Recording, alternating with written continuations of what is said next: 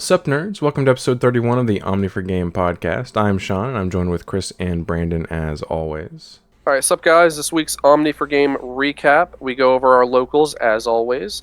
We look at more top 16 deck lists, including yours truly, Ben, from our locals. We go over a tier list of all the currently released Ace cards we have, so not including anything going forward. And then we go over our weekly reveals, comment questions, and we even talk about some random unhinged food topics, as we do. So if you guys like this, make sure you like, comment, subscribe, and we'll catch you next week. All right, locals recap. I actually don't know. Brandon, do you know who finished worst? No, I only looked at the top two last night. Okay, well, none of us did well. What? None of us. What We was all your did record? pretty poor. What was your record, Chris? Excellent. I got second last night. Oh, okay, my bad. Well, you can go last. Good No, for you. no one did good. So I played Agubond. No, stay it. I'm not calling it that. You can refer to it like that as much as you want to. I'm not gonna call it that. Okay. So anyways, I played Agubond. I was inspired by playing against Brandon this week, and so I started tinkering with a deck list. I originally intended to not go to locals this week. So I thought I was actually going to have like a whole extra week to like tinker with the list and refine it. But surprisingly, I ended up going to locals, and I definitely wish I would have had a week to refine it because Yeah, I think once you get that list nailed down, it's gonna be because I think the biggest difference between the two decks, between the blue versus the red one, is I think the red can be a tad. I don't want to say more aggressive, but the fact that you have that promo Greymon to get two early checks in really helps, and blue just doesn't have that. But the bond for blue I think is a lot better. yeah, Because it does have I would agree. it has with that. multiple Draw power. swings. Yeah, the sheer draw power in the blue variant as well. Yeah, the I blue think red variant has could- way more draw power. Yeah, But yeah, I think the red variant, like at the base, little bit like more the aggressive. floor, yeah, it's more aggressive on the floor. yeah. But yeah, the core concept felt really good though. Yeah, it was.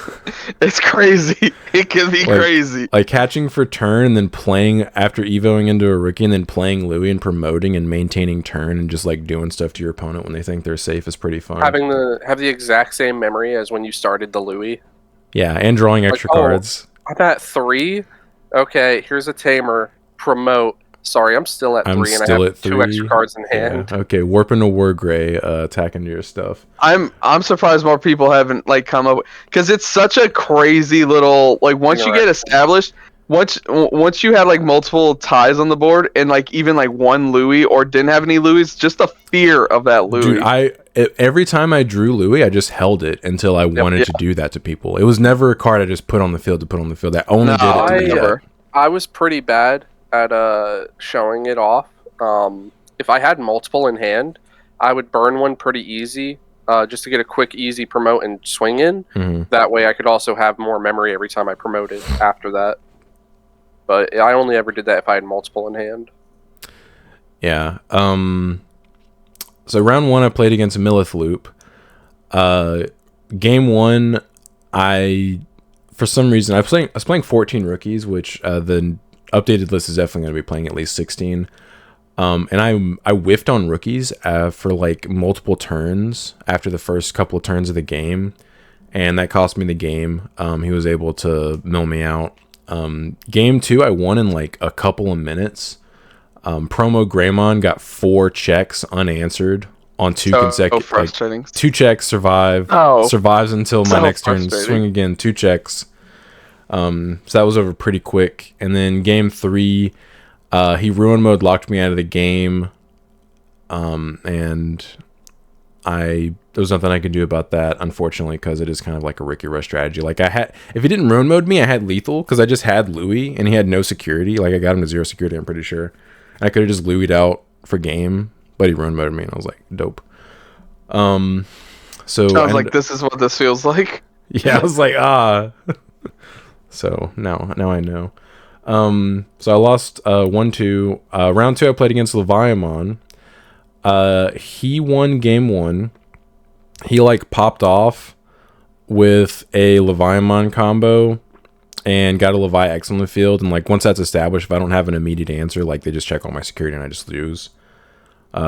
Game 2, I out aggroed him while he kind of bricked early. And game 3, he didn't have an ideal opening hand, and I basically forced him to. I checked all of his security like super quick, and just kept hard playing bodies because I actually whiffed on rookies again. But I kept hard playing bodies to force him to answer them every turn, and he just couldn't do it. Also, I had a Louis in my hand, so if I just seen a rookie, it wouldn't have mattered. I just played Louis and just won.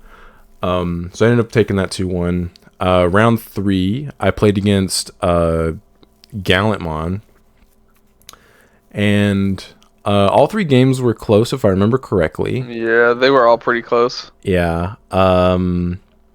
Like you won 1 game with Rush Gallantmon, I won 1 game with Louis, and then another game was close, but I couldn't answer your entire board. That's what it was. I had 1 security left, and the way you had your board set up, I couldn't answer it to where you couldn't lethal me. You played into my only out, thankfully, but it wasn't in my security, unfortunately. So I lost. Once you pointed it out, I was like, "Oh yeah, duh, obviously." Yeah, when you didn't do it, because I almost told you no, swing with that guy first, but I was like, no, you swung with it. Yeah, let's see. I just don't even think about that. I've got 2 swings. He's got 1 security. I have 1. Nope. God, I wish that'd have been a dark guy for us. I know. It would have been. It'd been so bad. You would have straight up lost the match. So Chris won that match, and then round 4, I played against Bagra Army, and I just opened up like really awkward hands both games. I ended up getting 2-0'd, but it was mostly just like a non-match. So yeah, I ended up going 2-2, and I will be making like a 10 to 15 card change to the list before I put it on the channel. Yeah, I was playing Gabubon this week, and really thinking about it, like hearing Sean talk about his experience and my experience, I was running into the same problem where I'm playing a lot of rookies, but I'm not seeing them. Mm-hmm. So I'm thinking about just straight cutting all the copies of Hammer Spark, as much as I loved it, for just 4 copies of training. Like, sure, I can't use it when I go into Bond, but if I had a nickel for every time I went into Bond that night, and it wasn't just BM, I would have 1 nickel. I went into Agu. Well, I was only playing 2 copies of Agubond, but I went to Agubond 1 time the entire night. It was for lethal, but that's the only reason I went into it. I literally had game on board, and I think it was against, maybe it was Solar or Caleb, I can't remember which one, and I was just like, because I literally haven't done it all night, Bond, swing per game. Yeah, I stole a game from Caleb with Agubond, because he had 1 security left and he thought he was safe. Yeah, you thought. I think I actually Louis'd out the Agumon and still had enough memory to warp into Bond. And such a good feeling. Mm-hmm. When that works, it's nice. Yeah, so round 1 I played against the Bagra deck. Game 1 started off really, really poorly for me. Like, I was already pretty salty. Because I just hard bricked, and like I drew every copy of Hammer Spark. I drew, and this is all like within the first like turn. I saw his hand. It was like 4 Zudos and 4 Hammer Sparks. I'm like, yeah, like what is this opening hand was pretty okay, and I didn't want to risk like mulliganing it. But then every draw was just option Zudo, option Zudo, option Zudo, and I was like, I just from there couldn't play. So I slowly got whittled away during that game. Game 2, my opponent just absolutely threw like so hard because I have an empty raising area, and they went into the card that like looks through your hand and trashes a card. Mm-hmm. I have a Louis in my hand. Didn't trash the Louis. They don't see the interactions, dude. They haven't been abused by it yet. They trash a copy of Gabubond, right? I had 2 Gabubonds. He trashed Agubond out of my hand whenever he looked at my hand. I have such a. I was like, that was a flat out mistake. All 3 of us, right? I had a rookie in raising against Mel, and he did the same thing against me. And he looked at my hand, and I had Crimson mode, but I also had the black purple Growlmon to pick it back. And he literally literally looks at me and goes, "No matter what I hit, you can just add back whatever." And I go, "Yep." Correct. And he goes crimson mode, and I go, "Okay, cool. It's my turn. Promote. Digimon, add it back." Yeah, so literally through, because the next turn I hatched, evoed in the raising, activated Louis, promoted, and then won. So, So one thing, Caleb also misunderstood the importance of Louis, because every time he had the chance to delete one of my tamers, he deleted a Louis that was already on the field, and I was like, no. that's done its job, my guy. You're dealing he's just with there the for extra wrong tamer. resources. He's like, get rid of Louis, and I'm like, okay, cool. This tie over here is looking pretty good. Yeah, thank you for leaving my Yeah. ties on the field. I appreciate it. Yeah, then after that, I ended up winning game 3 as well. It wasn't like anything to write home about. It was just another game. Then after that, I play Solar round 2, playing Hunter still. And that deck just has a really, really aggro, like low cost put into it deck build and the way it goes. Like, so if I didn't open up super optimally, and he opened up even mediumly optimally, he just outpaces me. I would say he has to open If up you- super optimally in order to If you outpace don't you. see, if you don't see your Bond Tamer in that matchup, you are hard screwed. Oh, you can 'Cause never that's like warp your into main Garu, can you? He has to have a superior already on the board, Which is bad. which is bad. Yeah. So he has to have a superior on the board, and That's then why you I need to can play work the Melga. Secret Rare Vidramon, dude. I'm telling you. Yeah, another the what? change I'm considering. The BT1 Vidramon. Yeah, Just Okay. check. It's the Garu promo Greymon, effectively. yeah. Yep. And with the trainings, I can evo into it for 1, which Mhm. is. So these are all things me and Sean are like looking at with our decks. Like, okay, well, we definitely need to make changes. Mm-hmm. Where was I? Oh, and then game 2 he Quartzmond, which is another reason why I hate Foxfire, because I literally could not out the Quartzmond because he had a level 4 just sitting on the board. And it's like, all right, cool. If I Foxfire, it passes turn, and I've only outed a level 4. Nice. Yeah, that's why I wasn't playing that 4-cost BT14 Greymon option, because it's effectively the same kind of removal. It's just bad. Yeah, like oh, this is actually a funny story. So in We'll the see. last week's comments, somebody was like, "Oh, Brandon, why do you hate net decking?" And it's like, I don't hate net decking. I was just getting on to Chris Yeah. because of the joke that me and Chris bully each other on this. So I actually looked up a Bond list, and like 2 or 3 of them were all playing Foxfire, and I was like, No, it was so funny. Brandon came up to me and he goes, I got a couple deck ideas that I want to throw together. I want to run it by you real quick. "God, and I hate and this."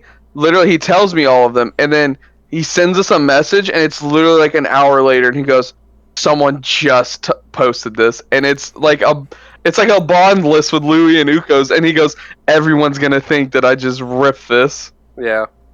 The 3 deck ideas I have, by the way, it was current Melga Jawgrass, which I think I'm actually going to wait for BT16 to bring that back when we get the new Patamon Angemon You line. definitely should. Yeah, makes more sense. I can run a yellow vaccine variant where the entire bottom end is yellow, and then you just use the 2 Angemons and you can promote Patamon Evo for free. It's tinkering with it. We'll I see think how you're that just goes. playing a worse yellow vaccine at that point. Oh, 100%, yeah. But it's an excuse to get a Melgaru on the channel, so. Listen, do you think We'll see if it makes I'm a channel. playing? You think I'm playing Bond just because I like Bond? No, it was another excuse to sneak Melga into your channel. Maybe I just won't post a deck All a profile. ploy. Yeah, damn. You just put like a black slate over every time Melga comes up. Yeah, I just cut out you representing. It's a 47 card deck again. I just cut out the Melgas. Ah, yeah, 3 cards. only- God. The only way to watch the deck profile is you have to be like a tier 2 or 3 subscriber.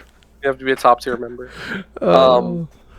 But yeah, I'm thinking about bringing back Hexblow. That was one of the decks I played like religiously back in the day. So I want to bad. see if I can find Trash. some kind of new Terrible. variant of it. Awful. It probably will be. And then of course Bond. But yeah, so I was looking up deck profiles. Stingmon. We'll forget get to that about when we get to the Stingmon. comment questions. We'll get to that when we get to the comment questions. So yeah, everybody was playing Foxfire, and I was like, I don't get it, but I'll try it. And yeah, no, I still don't get it. The card is bad. It is a bad card. Don't run it. Yeah. Because your opponent has 2 bodies on the board, and you can't clear one of them. You're going to clear the worst of the 2 bodies. Yep. Bad card, bad. Brandon. Yeah, so I lost This one very specific situation, it worked. No, not even in specific situations. Like, it works sometimes, but it was just like, okay, I wish this was actually just a better removal. Yeah, well, quit playing blue if you want better removal. For real. Round 3, I played against Ben. I took game 1 off of him pretty easily because he didn't see any level 3s. Again, Ben is playing Millifloop. Mm-hmm. And then game 2 and 3, I proceeded to just watch him touch himself for 5 minutes. Yep. Each turn, just milling my deck out. And then at the end of the turn, he just evos into Ruin mode and tells me to eat a bag of dicks. And then he Calling from Darkness back to Ruin mode and did it again. And then told me to eat another bag of dicks. I suspect he didn't actually say that sentence. No. That doesn't. That sounds like something I would say, not something Ben would say. Yeah, no, Ben was very silent. He wasn't saying anything the entire time. would be like, I could have won. He quietly whispers it to himself. Yeah. Brandon's just enraged. Yeah, sooner. Yeah, so, he actually misplayed. He I think it was versus you where he said he Calling from Darkness is Ruin mode. And I was like, why didn't you just swing with it and Calling from Darkness after? And he's like, I want to pop my Gilmon. And I was like, you could have just swung with both. Like, I don't... Suboptimal, Benjamin. I mean, he's playing a mill deck. I don't think he cares about security. So he's just not even looking at security. I mean, yeah, but, like, there's no real reason for him not to swing there. Yeah. But, you know. I get what you mean. So, yeah, same exact situation for Sean, where I got him down to 0 security. I had a rookie in Raising and a Louis, and if he just didn't Ruin mode me, I promote and win. Yep. Or, hear me out, if I wasn't playing Lanamon, I win. That's precisely the reason why I was playing Burning Greymon. 6k threshold matters. Yeah. I mean, if I would have been expecting Ruin modes, like if I was playing like... we literally have Sean at our locals. Okay, but I know he's playing Always. Bond. Always expect it. Okay, you don't think he could find a way to fit Ruin mode into Bond? He'll find a way. It's a Greymon card. I might be able to sneak it in there somehow. Anyway. Yeah, Ace Evos into Metal Greymon. Next turn goes into Shine. Plays a random Marcus out and then taps it to swing to Evo into Ruin mode. I mean, I could do it. Stupid. But, yeah, same exact situation. He Ruin moded me like 3 or 4 turns in a row, and I was just like, yeah, alright, cool. Let me just watch you mill my deck while I can't play the game. At one point, I almost told him mill for me because I just was checked out, and he kept having to tell. He's like, okay, mill this many, and like it would distract me from me being spaced out, and so like I'd have to like focus back on the match and like mill my deck, and I almost like handed my deck to him, and I was like, you just do it, man. I'm just gonna chill over here. Like he asked me like 3 times, like deck count. He kept doing that to me. I called him Finley. Turn 0. On one of our games, he said cards in deck, and I was like, I was like, okay, Finley. I hope 40. He was like 40, right? And I'm like, yeah, obviously. I haven't drawn or anything. Yeah. Oh my god. Yeah, so lost that one pretty handedly, and then the final round was against Caleb. I can't remember if it was a 2-0 or a 2-1. I think it was a 2-1. I didn't take notes this week. I'm going to be honest. I was kind of checked out by the end of the night. I was You were checked out by the end of drawing your first hand in game 1. Oh my god, dude. You poured so much salt on the table, I took splash damage from a table away. Yeah, it was pretty fun. But anyway, played against Caleb, just playing Levia. If I just out aggro, it doesn't matter. So I just win. Yeah, just whatever. Yeah, that's the issue with that deck. It's kind of slow. Yeah. I will say there was like one situation where I was like trying to push for game and I had bonded. He had 3 security left. I had the bond that could, with the inheritable that can swing 3 times and a hybrid in hand. And of course, the first check was 7th, I think it is. Whichever one lets you like pop the highest or something like that. I hit something. No, I think I hit the same DP. Levi X. Yeah. I was gonna say none of his options affect level 7s because he did the same thing to me. I had Bond on the field, I think. Because isn't Levi X 14 DP? Yeah, it's 14. Yeah, I think I checked it. I knew it was something, and I was like, all right, cool. I just burned I had Death X on the field. That's what it was, and he tried to activate the 8 cost option, and I was like, nope.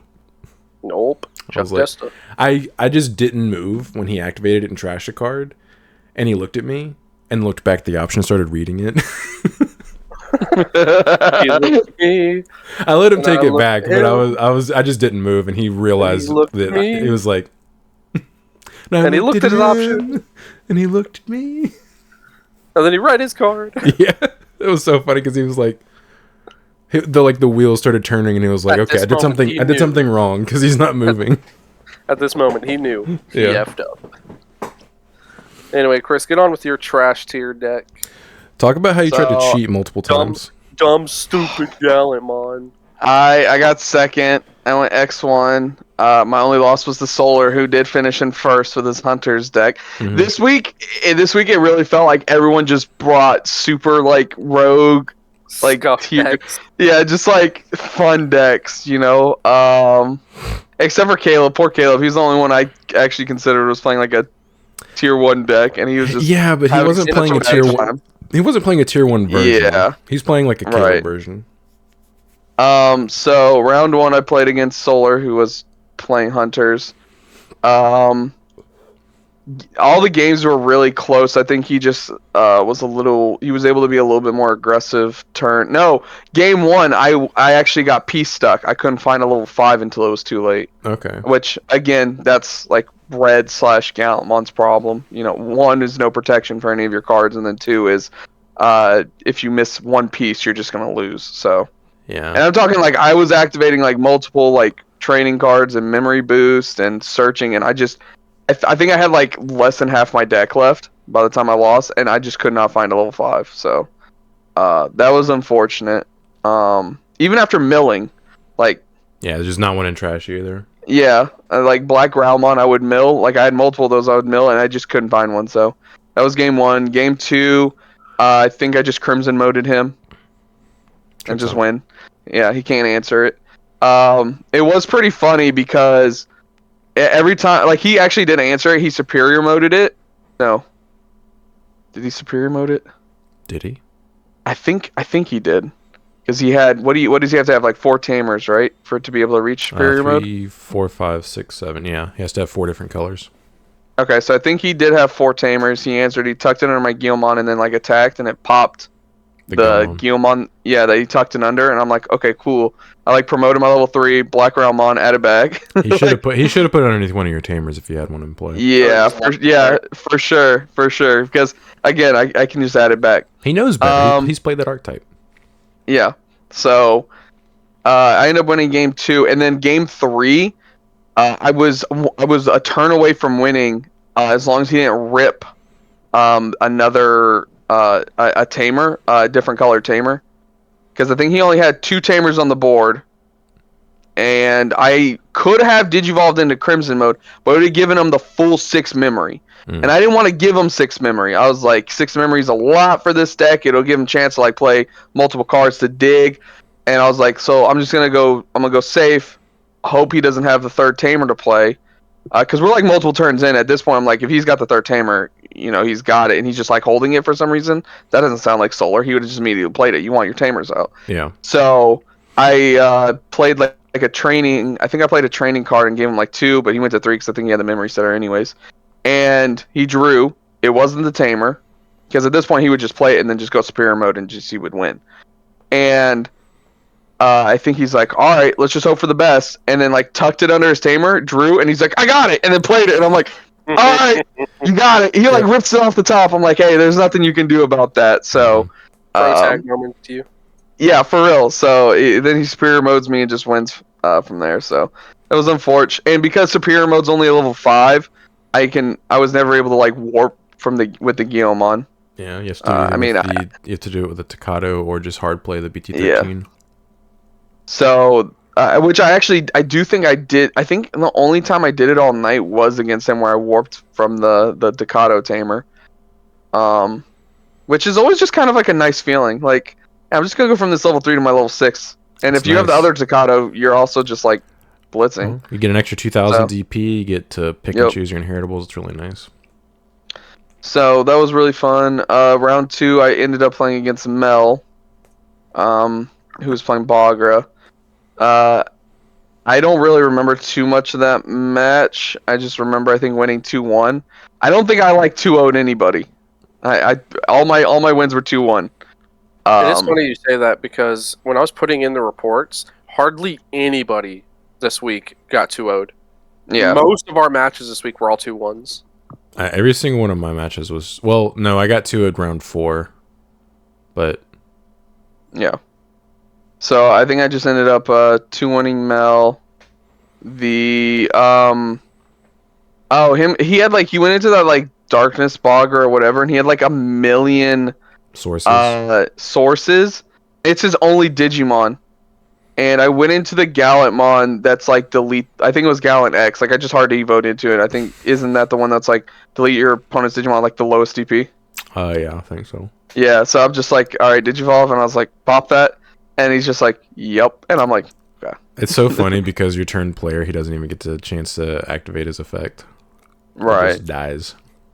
It was a little unfortunate. No, that was Will. That's later. Okay. Round 3, I played against Sean, who was playing Red Louis Bond. It was probably the best match all night because I never after which game did you end up winning, Sean? Game 1 or game 2? Game 2. I think game 1 was the game that I whiffed on rookies for a couple of turns. That's right. Okay. And that's the reason why you were able to outpace me. So game 2, I thought I was in such a good position because he had an egg hatched, and then he digivolved, and I'm like, okay, because I'm thinking, okay, he's gonna hatch, and then he'll digivolve, and then I have a turn before he can promote and like bond me or whatever. Mm-hmm. And then he goes Louis, and then promotes, and then does everything, and gains so much memory, and I'm just sitting here, I'm like, I'm never safe.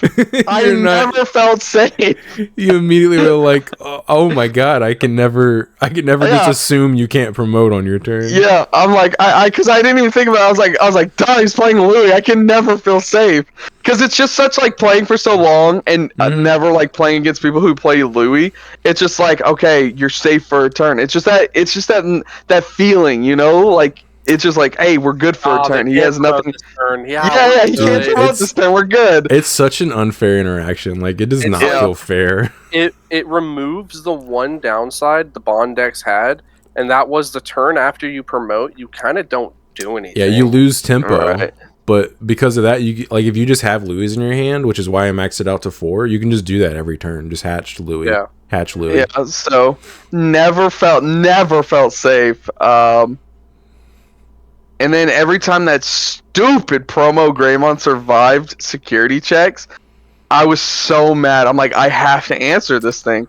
I have to. You can't leave because I know it'll just do it again. It'll get another 2 free checks if you don't kill it. Yeah. So and then Sean did mention it. I did try to chat. I kept forgetting that the BT is it 13 Gallimon? Yeah. I don't think I said anything while we were recording. Yeah, I ended up only doing it twice. Good thing Sean was there to catch me both times. That we know of. No. I remember now. I never played it. Though that was the first time I actually tried to play it for free. Oh, okay.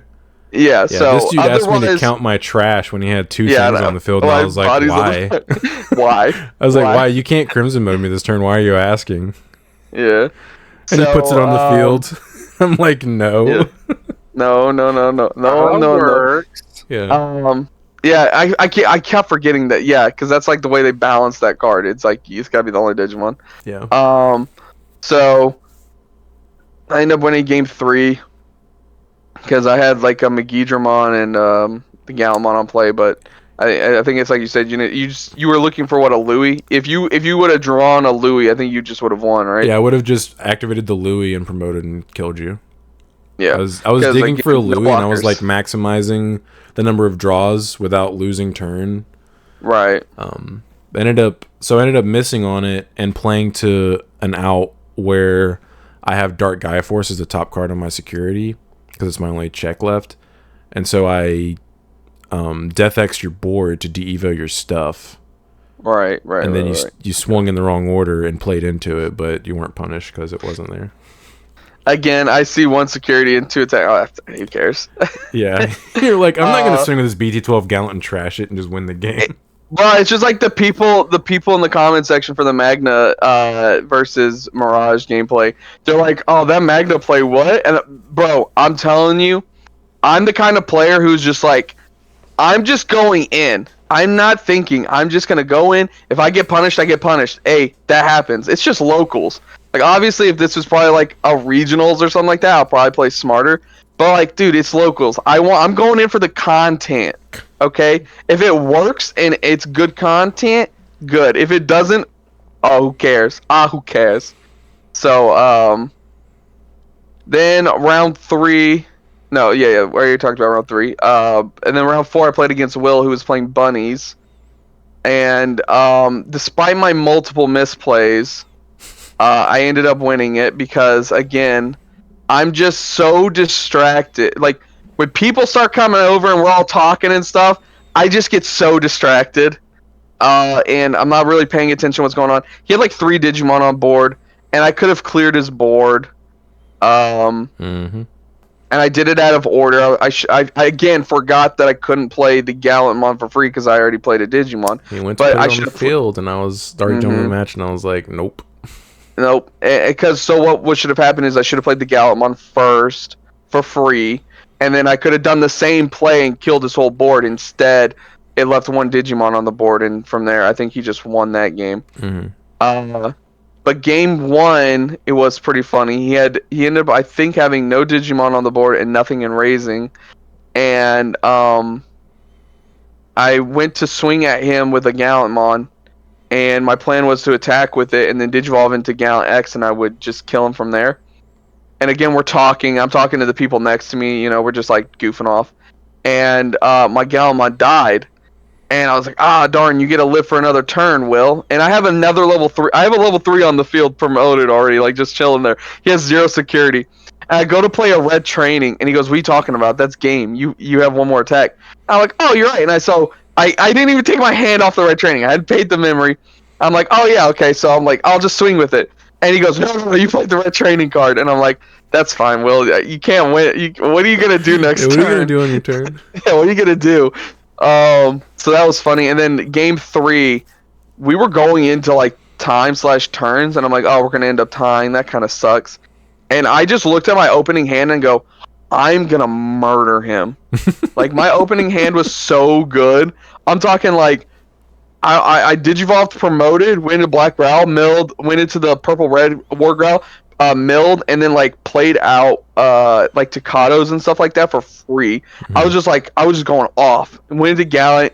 I was never punished. Was answering his board. I'm talking Crimson mode, Gallant X, kept the pressure on him. It felt so good. I was like, this is how this deck's supposed to feel. Yeah. The best part of the deck all night, though, was definitely the milling. Because milling cards your opponent really wants to see, and seeing their reaction is hilarious. Because I think it happened a couple times throughout the night. Against Solar, I milled his Tigeroos. I ended up like milling like 2 of the 3 he plays. The third one was somewhere in his deck. I also milled his like Quartzmon, his one of Quartzmon. And then against Mel, I milled all of his Uemanos, the like purple one, like the main one he wants. Yeah. Milled all those, so you never saw that. Of the deck. Yeah, and then against Will, I milled all his like Terriermons. He was like, he was bricked up on level 3s, and I was like Black Growlmon. He mills 2 cards. He goes, "That's 2 Terriermons." And then I go, the purple red War Growlmon. He mills 3 more cards, and it's 2 more Terriermons and a Mega Gargo Ace. And he's like, "I need these cards." And I'm like, Sorry about it. Yeah, so sorry. So the deck was pretty fun. Definitely not anything top tier, but Crimson Mode is such a good card. Like, God, I love that card. Yeah, it's So, the reason you play the deck.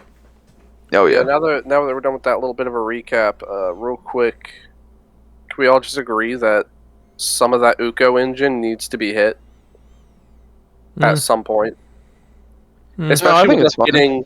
especially with us getting another full 4 Uko coming in the next set. Mm. Okay, yeah, but that means you're playing. Are you gonna play 8 Ukos? What In a are the rookie whatever style the? deck like Numamon, they do. I know, but I'm saying like it's only a problem in that deck. And to be honest, I Yeah, don't so if even you hit think it, you neuter that deck. that's the problem in that deck though. What else do you do? Hit The Numa Ukomons, X1? the Ukomons are nice. Like, don't get me wrong, but it never felt like the reason why I was winning. Like, people just see the Ukomons and the Louis and assume they're the problems. That's not even the problem. The problem was when I would go into War Monzimon or whatever and pitch that Platinum Numamon, and then I would have Numa X underneath that stack, and if they blew up that stack, I'm playing 2 more Digimon. Yeah. Yeah, That's the the problem. Numamon engine itself, like Numamon Monzimon engine itself, is the issue with that deck. The Ukomons just make it to where it's harder for you to lose tempo. Yeah. But like that's not really that big of a deal. I mean, I think if they want to have decks like that be viable, I think that engine needs to be like Because I think at this untouched. point, we're probably getting to the point where we're about to get a new list. Like, the last time we got one was, what, January? And it affected March. Listen, they people, don't send lists out just to do it. They only do it if they think there's an issue. we have enough cards at this point that can address the Ukomon cards. Digimon Emperor. Some people were even talking about the what's it called? That was it the Cyber Sleuth Tamer where it's like if they attack with like a level 3 you can like suspend it. That's Takuya. Like No, I'm not like, okay, Takuya. nobody's playing. Yeah, I was like nobody's playing that, but Takumi. someone was like, this is another card. I'm like, okay, yeah, talk to me. And then like there's Crimson Blade. Like there's plenty of cards that can address Takumi. What's Takuya? Yeah, Takumi. He's There's the plenty of two-cost, cards. BT15. No, what's Takuya then? Takuya sounds like the hybrid? That's the red the red hybrid. hybrid. oh yeah, my bad. Yeah, the white two. To me, TAs. To me, TAKs. So many, dude. Takado, Takumi, fake Takuya, fan. whatever, dude. Yeah. Tai. Takumi, Matt and Tai. Tai and TK. Yeah, that's those are the real names. I think there's enough cards that can answer this stuff. Like, it does feel really bad when it happens. Like when Sean did it to me, I'm like, oh, this sucks. Like I don't feel safe ever. But also the same time in like Numamon, you can watch my video against Sean. I ran out of cards in my hand because you just can't Digivolve. You can't draw. It doesn't have like a natural draw engine. The like new Ukomon, that's gonna happen. Is nice. Yeah, I know it's Pokemon does. Searches, right? Yeah. Yeah. I think That's the only fine. thing it does It is also just doesn't costs gain one you to memory. Digivolve. Yeah. Yeah, it just doesn't gain the memory. Yeah. Which I'm super That's okay fine. with, dude. Evoing for one into the new Uko and raising in the Agumon deck is gonna feel way better. I think I just replaced the Ukos that I was playing with those. Yeah. And I think that's the best part about the new red and blue Louis Bond decks is you have those ties and mats that when you do promote, you get to draw. So it has like a good draw engine. It's like you guys said, once you went into Bond, you never had a follow-up play. Never. But these new cards do that. I think the Louis Ukomon engine, if anything, helps older decks. Yeah, and if we ever, I mean, not if we ever, when we get the new bonds, like the promo bonds and the LM it's gonna set, be so nice.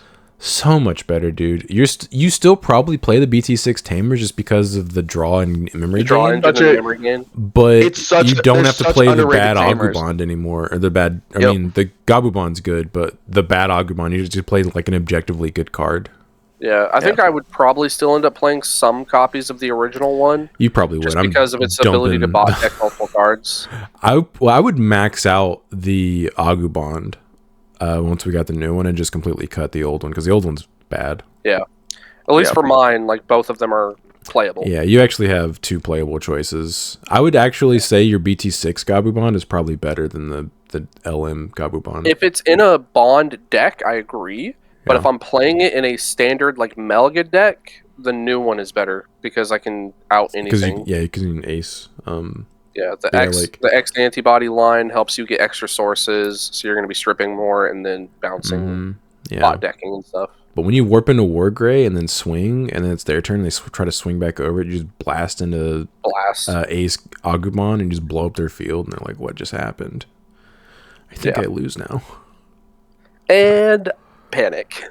And I think I just lost. Yeah, like the most scared I felt last night playing against Red Louis Bond was when for turn Sean had 3 memory and he played 2 ties down, and I'm like, that's not even cool. Yeah, I'm like, I don't like that. And he's got like an Agumon and Raising, and I'm like, no, I don't like this. It's a good play. Yeah, it is. And I'm like, because that mad tie, I think we've talked about this, like, over the course of a game will just pay for itself. Mm-hmm. They just pay for themselves. The first time you promote and gain the memory. Yeah. Yeah. The first time you use it. It's such a good card. Like, it's so underrated. It's just like you can't play it in any other deck because most standard, like, Agumon decks, like, you want to build in your Raising. So you're not just promoting Agumon sometimes. But I even think with the mat, you could play another Melga list. I don't know if you would, because I think it's a little bit easier for them to just promote a Gabumon and then go from there, because you want to be swinging with like your level 4s and 5s and stuff. So I'm considering doing a hybrid list where not a hybrid list, but a list of Bond and Melga that is more in line with what current Melga is doing, but with a Bond engine in it. Being tier 2. But well, it'd be like that. Look at the stats. I mean, yeah, I don't know why it's not getting any representation. It's still a good deck. Because it's not a good deck. That's why. I just think people aren't playing it right. I need to look at lists. Well, every time I look at a list, I hate it. Because they're always like, yeah, I'm playing EX1 Garurumon, so I can play my mat for free. And it's like, okay, so where's your promo Garu? Where's the promo Garu? Yeah, there's no room for the EX1 Guru. Yeah, I hate it. And they're like, yeah, I maxed out on BT15 because he can play mat for free. And I'm just sitting here like, why are you guys treating this deck like it's a Bond deck? You don't need the mats out. Yeah, the mats just like whatever. Nice. It's a benefit.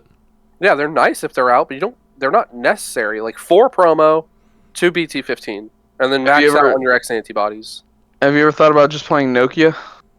Oh, that's what we're missing, Sean. We should have been playing Nokia. God, yeah, dude. Should have been playing Nokia. That's what we get. I mean, let's ignore the fact you can't reduce the cost of an Agumon or Agubond or Gabubond Evo. Let's ignore that, but it's a good card. It's a good play. Yep, such a good white tamer. Never fall out of favor. I will say, there were so many situations last night where I played my BT15 mat, and it revealed my BT6 mat, and it bot decked it, and I just wanted to throw my BT15 mat. I never had that issue because the only searcher in my deck is BT12 Agumon, so I can always grab those tamers. Yeah. The only thing I worry about bot decking with him is Louis. Yeah, literally just Louis. I don't care about bot deck Agumon. It was really nice with the EX1 Gabu swinging and then revealing 3 and being able to grab the Louis. Mm-hmm. That was nice. Yeah, I might end up playing that one as my third Agumon, but I'm still unsure. Yeah, because they have like the same effect, don't they? Mm-hmm. Yeah, it's the exact same effect. Yeah. So you could grab an Agumon and a tamer. Mm-hmm. Nice. I mean, look at that offline regional. There's not even, I can't even see Numamon in the pie. The pie. So because what's going to end up happening? People just start teching for it. Yeah, eventually that's what I said I thought would happen in the next tournament, which apparently people didn't really do. Maybe more Mirages showed up, I guess. Yeah. Which is a good matchup into it. Yeah, and I think the Devas actually have like a decent matchup into it as well. Yeah. Because if they Fang Long, like it doesn't matter what your stuff floats into, it's dying as well. I mean, yeah, look at all the Fang Longs in that one. All right, so we're gonna go over Play TCG's Ultimate Cup Top 16 deck list. So this doesn't have the overall archetype breakdown, which I kind of liked out of From the those last other one. tournaments, but Top 16 archetypes. yeah, so we had 4 Numes, 3 Mirage, 2 Davas, and then 1 Yellow Vaccine, 1 Red Hybrid, 1 Finn, 1 Bloom, 1 Beals, Shout Out Ben, 1 Gabu Bond, 1 Shine Greymon. Okay, So I'm actually curious to look at the Gabu Bond. I didn't realize this was the tournament that had it. Yeah, this was This is the list, Brandon, that you saw. Filthy net decker. Net decker. 16th place, Chris Hua with Davis. Yep. One Bayou and the Mirage. It's playing Mega Gargo, 1 Merciful, Mega. 1 Ruin mode. Yep. That's pretty Makes nasty. sense. I think this is actually like a 5th copy of Fang against a lot of decks. It like functions about the same. Look, he's starting it, guys. He's playing the Jedi. Yep. Well, they've all been playing Jedi. Yeah. Ever since we saw it in like a couple of lists, like it's basically been at least a one of in all of them, which it's a good card in the deck. It just really sucks playing it. But once you get one in play, that's all you need, so it makes sense that they're just playing one. Yeah. I'm assuming if you don't see it, it's not like the biggest of deals. Yeah, it just makes it harder for decks that don't have tamer removal to play around your stuff. I need to watch this deck in action. I want to see. I know, and I can't find. Nobody's uploading any gameplay of it, and I'm not really looking for it. If our locals had Fang, I mean, I would have gameplay, but dude, I'll put it together. We have to get the Fangs. Yeah, we don't have any. Sag. Yeah, I mean, besides these choices, which I think are probably good calls, this is relatively standard. Playing a 1-of Bihumon, it's definitely the worst one. Alright, add, cool, thank you. And then we have Kevin Semengal, Shine Greymon. I apologize, Kevin, I don't know how to say that name, if I said it wrong. Burst mode.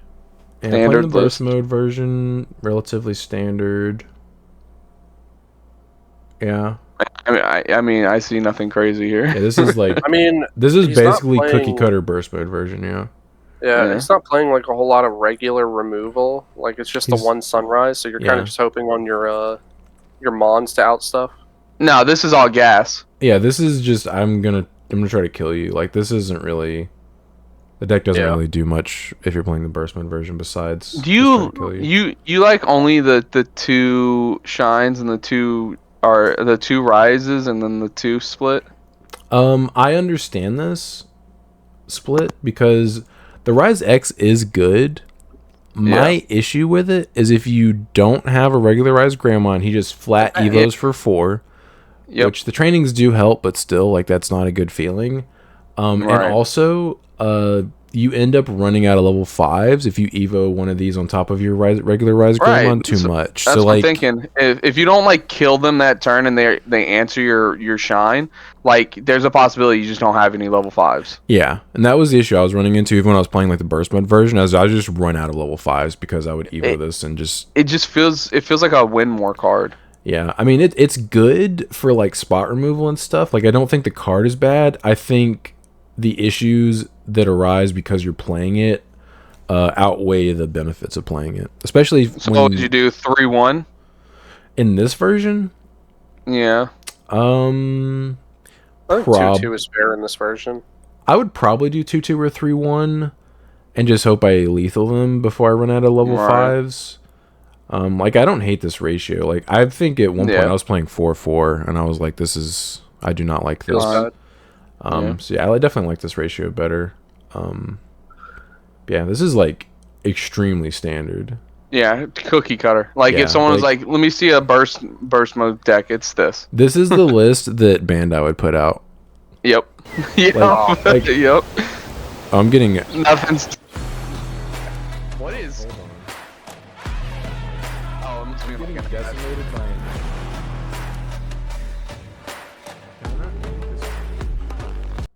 No ad blocker, but yeah, just very standard list. I don't even think we need to go back to it. It's just the no hate to Kevin. Congratulations, you obviously played well. For sure. Yeah, like I mean, I think that's a good way to build decks is just play the just 4-4-4-4-4-4, just consistent as possible. Why I go apologize crazy? to the viewers because that was probably pretty loud. I just got abused in the ears by an ad that just started randomly playing. Yep. Did you guys hear that? Oh I yeah. was hearing it. Oh, okay. I wasn't sure if you guys could hear that or not. But yeah, that it started off as static and then just went off into like a song. And I was like, I thought it was one of you guys at first. Yeah, I heard birds and static, and I was like, what are you guys' mic just jacked up? All right. Oh, this is nutty. James Rodriguez, 14th place, Gabu Bond. He's playing a lot more hybrids than I was. He's not playing any Garus at all. Maxing out on the Louis engine. Yeah, which I'm telling you, dude, playing 4 is the wave. Like 100%. You're not playing 4, Brandon? Yeah, he's playing 3. I only ran 3 and 3. Nah, you gotta play 4. No, like dude, every four ties, 4 Louis. It's so nice. Yeah. He's basically running a mini source strip engine inside of his. Look at that, Sean. What's that card up there? Look at it. Yeah, it's the card you told me about, but I still don't think it's that good. What does it do? You trash any Digivolution card, and then you can return a level 5 or lower with no sources back to the hand. When attacking, it's a 4,000 DP champion. That's but you're expecting to die. You strike one source, and then you get like Zudo Ace. If it lives, you Evo the Zudo Ace. If it dies, you just hard play it. Yeah, I can see why. Well, I can see why, but still at the same time, I'm not like, okay, that's crazy. He's playing 3 Foxfire. Yeah. Read Foxfire to me. I want to know exactly what it does. Garbage. Don't play. It's return one of your opponent's level 4 or lower Digimon to the hand. If you have a Digimon with Gabumon or Garurumon in its name, return one of your opponent's Digimon with the lowest level to the hand instead. And security's activation effect. Oh, so once your opponent knows you're playing this, you're just never gonna have a singular Digimon on the board. Yeah, it's extremely easy to play around. I think you could play a little more consistently in a build like this when you have cards like the Gesomon, you have cards like the Death X's, you have the Sora Joe. So it has a lot of synergy there. I'm surprised you weren't playing these, Brandon, because this was an immediate inclusion in my list. Chris was talking all week about how he was going to be playing Numa again, so I only took one of his Zukamons out of his deck. I'm like, okay. And then he hits me in the group chat with, so I'm playing Gallant, and I'm like... The night before. I would have immediately made room for 2 Death X. Yes, the night before. Sean, you were in the group chat when I sent it. Yeah. It was the night before. Yeah. You were off Friday. You had all day. All day. Don't hit me with that. Yeah. The Death X's are absolutely necessary, especially with... Yes, cleared my board, damn it. It's good. It's good play. I did it to a couple people. Yeah, I like that list. Although, hope your opponent doesn't have Ruin Mode. Yeah. Because all of your level 4s are pretty squishy. That's why my hybrid was a Burning Greymon to play around that. Alright, so 13th place, someone named Benjamin Moore running Beelzemon. Never heard of him. Guy sounds like he plays Millifloop at his locals and goes X2. I wish it just showed the matchups, because I want to know if his Numamon is lost topped. It was his very first round, too. Yeah, he lost round 1, dug it on by Nume. That was his only loss. After we told him, like, hey, I hope I just don't run into it. Yeah, it's so funny, dude. When he messaged me after round 1, and he's like, his name was Blue Numamon, he had a Numamon mat. This Numamon, he played Numamon, by the way, and I'm like, get wrecked. You don't say. So this is our Ben from the channel, for those of you that aren't getting the sarcasm. So congratulations to Ben. This deck profile is actually on the channel as well, if you guys are curious about any explanations that he provides in that. How important did he say that Myotismon was? I bet you it came up clutch multiple times. He updated me after every round, just letting me know as matchups went. Myotismon literally won him, like straight up won him at least 2 games because his opponent was swinging for lethal and he evoed into it to survive and then killed them. Sick. And it's because you just don't expect it. Yeah. Surprise blocker. He said it. I don't know if he mentioned this in the actual deck profile, but he said so he played 3 red hybrids in a row, which is wild to me because I would assume that that's not a good matchup for him. Yeah. But he just 2-0'd all He three has of a them. lot of experience in that match. He does. His friend Josh, like that's one of his like main decks. So like that is probably his most experienced matchup out of every Plus, deck I play quite a possible. lot too. So what was I gonna say? Oh, he said one of the red hybrid players was like about to swing for lethal, and he's like, "What could you possibly have here?" Because Ben didn't have any security, and Ben wasn't scooping. And he's like, "I mean, I guess Ace Myotismon, I guess," but he swung anyway, and they got blown out. Bro, it's just so random that it's a blocker. It It's is, just and that's so random. It's such a good effect in this deck. Like it has so much synergy. Like the fact play your that Iron Makos you out, mill play your your Iron Entmons Makos, out. you can just hard play this guy for value, and it's so good. And you can play your Entmons back. Like it's such a good card in the deck. The only downside is the fact that Iron Mako's bot deck it, and so does Entmon. But like the rivals add it back, the Wisdoms can add it. Like it's just a really good card in the deck. Yeah. Yeah, congratulations once again, Ben, for coming in 13th place. It's a shame you couldn't dodge all the Numemons that day. Maybe you could have won. He ran into the Numemon King. He did, dude. He Right ran off into the the lip. number one Numemon, like the president of the Numemon fan club. Speaking of, Yeah, 12th place, Tyler Sear with Numemon. Shocked. yeah, I hope you guys are wow, okay with hearing Dan- Numemon because the next like 4 decks are all Numemon. Yeah, this is the purple The base, Dan which Vang, the yeah, Dan this, Vang effect. yeah, I still don't like the purple base. Like, I don't think it's as consistent as the black base. Because, like, for instance, if you get ruin moded, you literally can't play the game in the purple base. Like, you can't evo up in raising because none of your stuff evos on top of those cards. You just like you can hard play something, but if they double ruin mode you, you can't do anything. But yeah, I mean it's still solid, but I prefer the black base. So congratulations to Tyler. And then we have Dan Vang coming in 11th. Couldn't go back to back. What a shame. Also playing. I think this is the same list he had last time. I think this is card for card Tyler Sears list, if I'm not mistaken. I don't know. I think actually playing Ruin. I don't think the last one had Ruin. Okay. The last deck didn't have ruin mode. Okay. Yeah, I agree. The ruin mode's really good. Mm-hmm. The Venus Bond's clearly for the mirror. Also, it's good versus Fang, unless they play the Fang off the option card.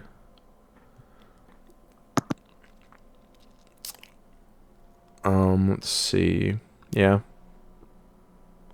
Relatively normal. Still think the black base is better, but I mean the purple base still is a good deck. It's just not as consistent. Yeah. All right, Andy Velez's 10th place Digimon deck. Oh, look at that. This one's actually playing Louis. Yep. That's the only difference. This one plays Louis. Yeah, he's playing Therefore, one of Louis is the difference Cyclone. Mm-hmm. I guess this is good. This is also good for the Davis matchup because they can't reduce the cost of their Fang. Right. It's like I think the Venus Mons and the Sykes are for the Fang matchup. It's obviously good against other things, but I think that's one of the bad matchups for this deck. Also, this I think no, because this doesn't affect Fang. Yeah. Also, there's no Tamas on this list. Yeah, he was playing no Tamas. Yeah, I'm assuming he's playing the Demiramon that dishes level 5s to draw 2, but they just forgot to put the Tamas on here. Congratulations. Justin, last name, playing Bloom. Last name. Oh my god, 2 of those Mimi cards? What does that card even do? Oh my god, so I actually tested this out versus Ben. I think I posted gameplay on the channel on the sim. So the combo I think you did. I saw it was Bloomlord. I'm like, there's no way. The combo here is you can play this in Rose X too. A New World and BT15 Mimi and then BT 10 Palmon. So what you do is let me see if this bounces. Okay. So you play Mimi, you search top 3, I believe. You play a New World for 0, You put the Mimi back in your hand, play out the Palmon for free, search top 4, and then you can Evo into Togemon for 2, tap it, and then play the Mimi again for free, and then search more. So like you just reuse your Mimi and just abuse it with the New World because it's a 0-cost option. That's pretty cool. Yeah. If this ever becomes popular, I do think this card will be expensive because it was printed one time as box toppers for 1.0 and 1.5. And that's the only printing the card has ever seen in English. Oh my god. As it stands, there are a lot on the market, but I will say if you have any intention of playing like this like combo, air quotes, I would pick them up. They're like free right now, but if this becomes like this picks up, like these will be like a couple bucks at least. Yeah. Interesting. Yeah. HPD, whatever. I'm surprised even playing Hydramon. I think Quantumon is just like objectively the best secondary mega you could play. Maybe they didn't have 3. They're just like, whatever, throw in the Hydra. I mean, that's actually fair. That is possible. No one wants like to buy 3 BT15. secret rares, you know? Yeah. Congratulations. Then we have Chungman, Mirage Galgamon, 8th place. Yep. Pretty standard list. I still disagree with the Evade Mirage, but other than that... Yeah, this one is just not as good as the BT4 one. I just never... I always see it in everyone's deck profiles, but anytime I see gameplay, it never sees the field. Yeah, if you play it, you're having a bad time. Like, if you have to Evo into this one, you're just like, I guess I'm passing turn. I feel like it's just there because it has Mirage Galgamon in name. Literally. But if that's the case, BT4 is objectively better because you can potentially maintain turn. But this card is newer, so the Tamas are also pretty interesting. Make a good point, dude. It is newer. He's playing the Demi V instead of the Buka or the Wanya. I legit think this is because of the mirror. I could see that. Because what does the Demi Vmon do? It just gives you 1,000 if you have 8 or more cards. Yeah, it's just so the Mirage is 16, right? So you don't have to rely on the jamming, but also the mirror, they don't get to like steal turn while you're trying to kill them. Yeah, congratulations. Then we have Blake, 7th place Mirage. Ice Wall. Looks pretty much the same. He's playing the Wanyas. He's going 3-1. He wants to see his Buka even though he's maxing out on Beta Mons. Don't skip over it. You see it. You see that one of right there. He cut 1 memory boost for the Ice Wall. And the Seedramon. What Seedramon? I don't see no Seedramon. Oh, it gives you jamming. It's right there. It's right there. Jamming. Also, it has Rush. Yep. That's kind of wild. Yeah. Yeah, I was considering it as for a card for the Melgaru Jogres, but then I was like, no. I mean, you could. It just seems like such a random. Having jamming on an 11,000 DP mega would be good. That's what the Beta Mons are for. I mean, sometimes you don't see them, dude. Might be good to play a 5th copy. Yeah, congratulations, Blake. Find 6 copies of possible jamming. Yep. Yeah. That's the one you just clicked on. Then we have Doug with Fenrilugamon in 6th place. Only 3 Fins, 2 ADPs. Only 2. That's alright. 2 copies, only 3. That's kind of, I guess. Yeah, but you only need to see the 1 copy, right? Yeah. Basically, he is playing the 1 Tyranno and the 1 Black Gato Uv. Yeah, Uber Gato. Yeah. The Gazimons make sense. Yeah, it's probably good versus Nume, so they can't steal turn on you randomly. Yeah. I think the only card choice I'm surprised by is no Ruin mode, but, maybe they just don't have a Ruin mode. Quite possible. Because I think the cheapest are like 70 right now. Yeah. Yeah. I mean, yeah, if it worked. I mean, if it works, it works. Congratulations, Doug. Then we have Angel Gomez with Red Hebraid. Oh, this guy's wilding out over here. He's playing the Nemon and 1 Boko. I think this deck has topped too often, too much. They gotta hit something out of this deck. No, dude, they just released a wave of support. What are you doing? Yeah, Yeah, now they can They're hit like, this stuff. it's not topping enough. It's no longer like half the tops. Give me problem that is, like, how Aldemon do to you- 1. Yeah, I was about to say, how do you hit this deck other than hit the Aldemon? Because But, I then mean, now they once printed a we get new to that new set, we Aldemon. just have 5. Yeah, I know. Was you still end up with more than we have right now? It would be just like with what they did to Savior. We're gonna hit Savior. Here's a new Savior. But it's not like the same effect. I know.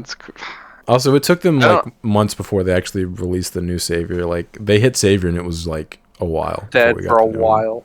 I say hit the Aldemon and hit one of the Takuyas. I don't think the Takuyas are an issue. I think Okay, we're gonna hit the Aldemon, the Emperor, and one of the Takuyas. I think Red if Hybrid. you Go ahead.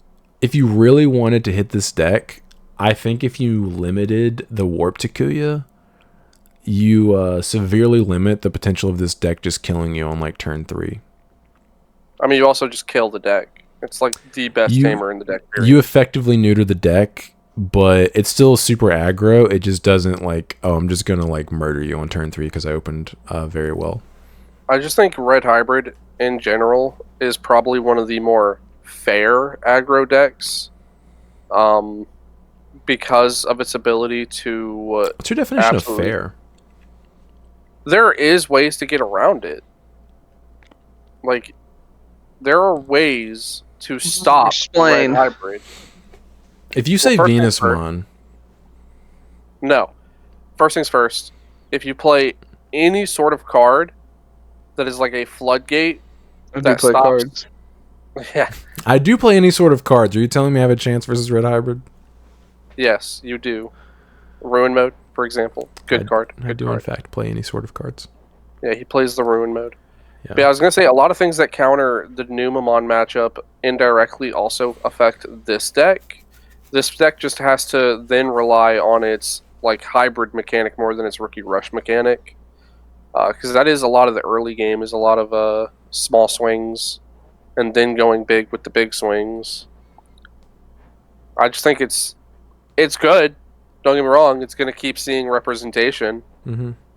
But it does have downsides. Like, if you run out of gas, you're out of gas. You have not told me one downside. You have not explained to me how I could beat this deck so He's far. like, hey, if for some reason you just run out of cards somehow, you have literally talked all around it. It's like there's so many answers, like not having cards in your hand for some reason. This is just like Melga. It is a super uninteractable deck, and that's why you play this deck, because you like to just beat the hell out. You like to fight your opponent and them just not swing back. You're just punching the opponent in the face, and your opponent's just taking it, and they can't respond. But for instance, a good way to counter the deck, yes, is cards like Venusmon, is cards like Ruin Mode, is cards that have innately stall potential. Like, if they don't see Aldemon, you're super susceptible to removal on your one stack. Come on, man. What are the odds of not seeing Altamon? Pretty high, because God forbid I've played this game enough to know there are going to be games where you just don't see it. All right, move on from this deck. I'm tired of looking at I'm all not this. saying it needs to be hit, but it is like. If this was, go ahead. It is extremely good, and the fact that it's actually getting more support's kind of wild to me. But I'm not saying it needs to be hit. If this was Yu-Gi-Oh, they'd be like, "This deck has topped too many times. Hit it." I mean, they've hit decks in the past, like you said. Jesmon literally got hit because it was the best red deck for like 3 formats, and they were like, "Hey, hey, stop that." I mean, that's what they said anyway. That may not have been the actual reason. 4th place, Isaac with Davis. Yeah, no Baihu and 2 Mega Gargos, yeah. Yeah, I think the only... Oh, the Uko? Yo, he's playing Ukos and Demimeras. What is this deck? I think this is kind of bad. Because you can't use your option right off the rip. So it's 1, you can't turn 0 your option card, but also 2, unless you open Ukomon, obviously. But also 2, if you don't have an Ukomon, and you trigger your analog youth and hatch one of these, you literally can't play the Deva in your raising area anymore. We can't say anything. He got 4th place. Obviously, He got 4th place, but like thinking about how this deck functions, this is insane to me. He's rolling that 20-sided die and rolling a 20, a nat 20 he's every nat 20 time. all over people's faces. This is kind of like... At that point, if you don't have the Uko, I think you just don't trigger your analog. Which kind of feels bad. Yeah, but like, I mean, obviously you would have to not trigger analog, but like, that's how like you still turn and stuff. Yeah. I mean, no, trust me, I get it. I'm with you. But I'm just saying, like, in the gameplay, you're probably just not triggering the analog. I mean, yeah, it's like, it would be a massive misplay to do it, but this might be the perfect deck for me, because, like, I can't forget about the analog, because it's just not a good play to use it. Also, not if you're playing against me. Also, when you promote the Ukomon, it immediately hatches again. I don't understand. Yeah. I don't understand how this deck works. That's the first thing I saw. That's the first thing I thought was, okay, so if he raises Ukomon and it hatches again, I can't do anything. Yeah, like, if he don't have another Uko. Like, I see on paper, like, on the surface, before you think about what Ukomon does and what Analog Youth do, you're like, oh, that's actually, like, that makes sense, a Ricky Rush engine. But then you think about it and you're like, wait a minute. You're never getting a secondary effect of your Devas ever. No, this is what happened. He promotes the Ukomon, right? He hatches again. Then he goes, I don't have another Ukomon on my hand. He goes, swing with Uko. I've got to trash and then draw 2 cards and hopefully hit another Ukomon. And he was just doing that all day, just drawing an Ukomon off the Demi Marimon effect. But even then. Yeah, even then, he's never getting his level 5 effect. Every time you promote your Uko, it hatches again. You have to run out of Tama. I mean, I guess it is optional, right? No, I thought you had to. Right? So Ukomon is optional to hatch. So I guess that makes more sense. But still, like that, the whole reason of playing Ukomon, like I kind of get it, but at the same time, like it has like really conflicting issues with the actual deck. He saw it was in everyone's deck and goes, all right, I'll try it out. It's like, this card's good. I'm playing. This card's gotta be good. Yeah. Like, no, he made a bet with his friends. He goes, I bet you I could top with Devas and Ukomon in it. And they're like, no, you can't. And he's like, bet, watch me. And he does it. He's like, told y'all. I'm half this card. It's Ukomon's the problem. I'm half surprised Louis isn't in this deck. I agree, just like one because Louis. it would get your Ukomon out of breeding. But that, and you can pull your Devas out of breeding. True. I get it, but at the same time, I don't. Like, this obviously does, I guess, speed the deck up a little bit because you just discard Devas and stuff to draw cards. We get it. We get it. Like, just like thinking about it, it just like there's some issues with it, but I guess if you do it correctly, it's not that bad. It just, I don't know. It seems counterintuitive. He's probably a way more experienced player would have to play like this kind of list. Yeah, like he clearly knew what he was doing. He got 4th place. But I think if you just handed this to most people, they would never be able to trigger their secondary Deva effect. They would just constantly have an egg in their raising area. Yeah. But congratulations. That's awesome. I was not expecting this. That is very interesting. It's like the best part. I can see why it works if you do it correctly, but at the same time, it is kind of wild. But touche. Let him cook. Then we have Brad with Numamon. Hey, Black Base, let's go. He's not playing the Cool Boy stuff, but I mean, this is the Black Base, and he's playing Chumon and Chikurimon. This is like I was telling Brandon. I think the Chumons are just better in these like online tournaments because if you're mainly expecting like Numamon, you're gonna want Chumons, you know. Yep. Yeah, it keeps them from stealing turn on you. I think the Chikurimons are for the Deva matchup, so they can't use the option to play out Fang. Yep.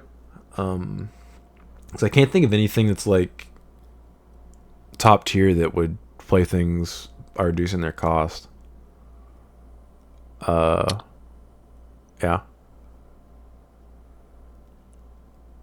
Only 3 standard. Yeah. Congratulations, Brad. Then we have Kelvin with Mirage, if the page will load. Hello? Try again. Dog. My internet go out? What's happening? Now you have the potato. Yeah, I mean, I'm still talking to you guys via the internet, so I don't know. I there think it it's just goes. the website. Actually, that was a joke. If my internet would never be the problem. It's always the website. Same. It's very standard. It's Hey, yo, what are these? That's the they're card number. Galmons. It BT11. tells you the BT The set number. the set number, but oh my god, I think the website's gonna Try be bad. again. They're Is it- Galmons, and the option card down there is an ice wall. Yo, I think the website is like crashing.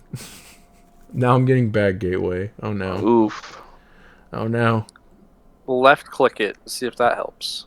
Yeah, left click it. That's what I've been doing. What? Just the look. That's all I was after. Just the inquisitive, like, what is he on about? Okay, all right. We're back on. Okay. Temporarily down. Look at that. Yeah, standard AF. Yep. Again, We've seen it before. The bloody evade mirage. Yeah, the newest Mirage Galgamon. So yeah, like Chris said, Yes. it must be the best one. All right. That we don't even have to look at any more of that. Yep. Congratulations, Yeah, I Galvan. mean, And then we have the winner, Charles Lowe, first place Yes. Yellow Vaccine. Look at that Bushi Agumon, Sean. I So- know you love to see it. So I did look at this list a few days ago. This is the only list I actually looked at preemptively.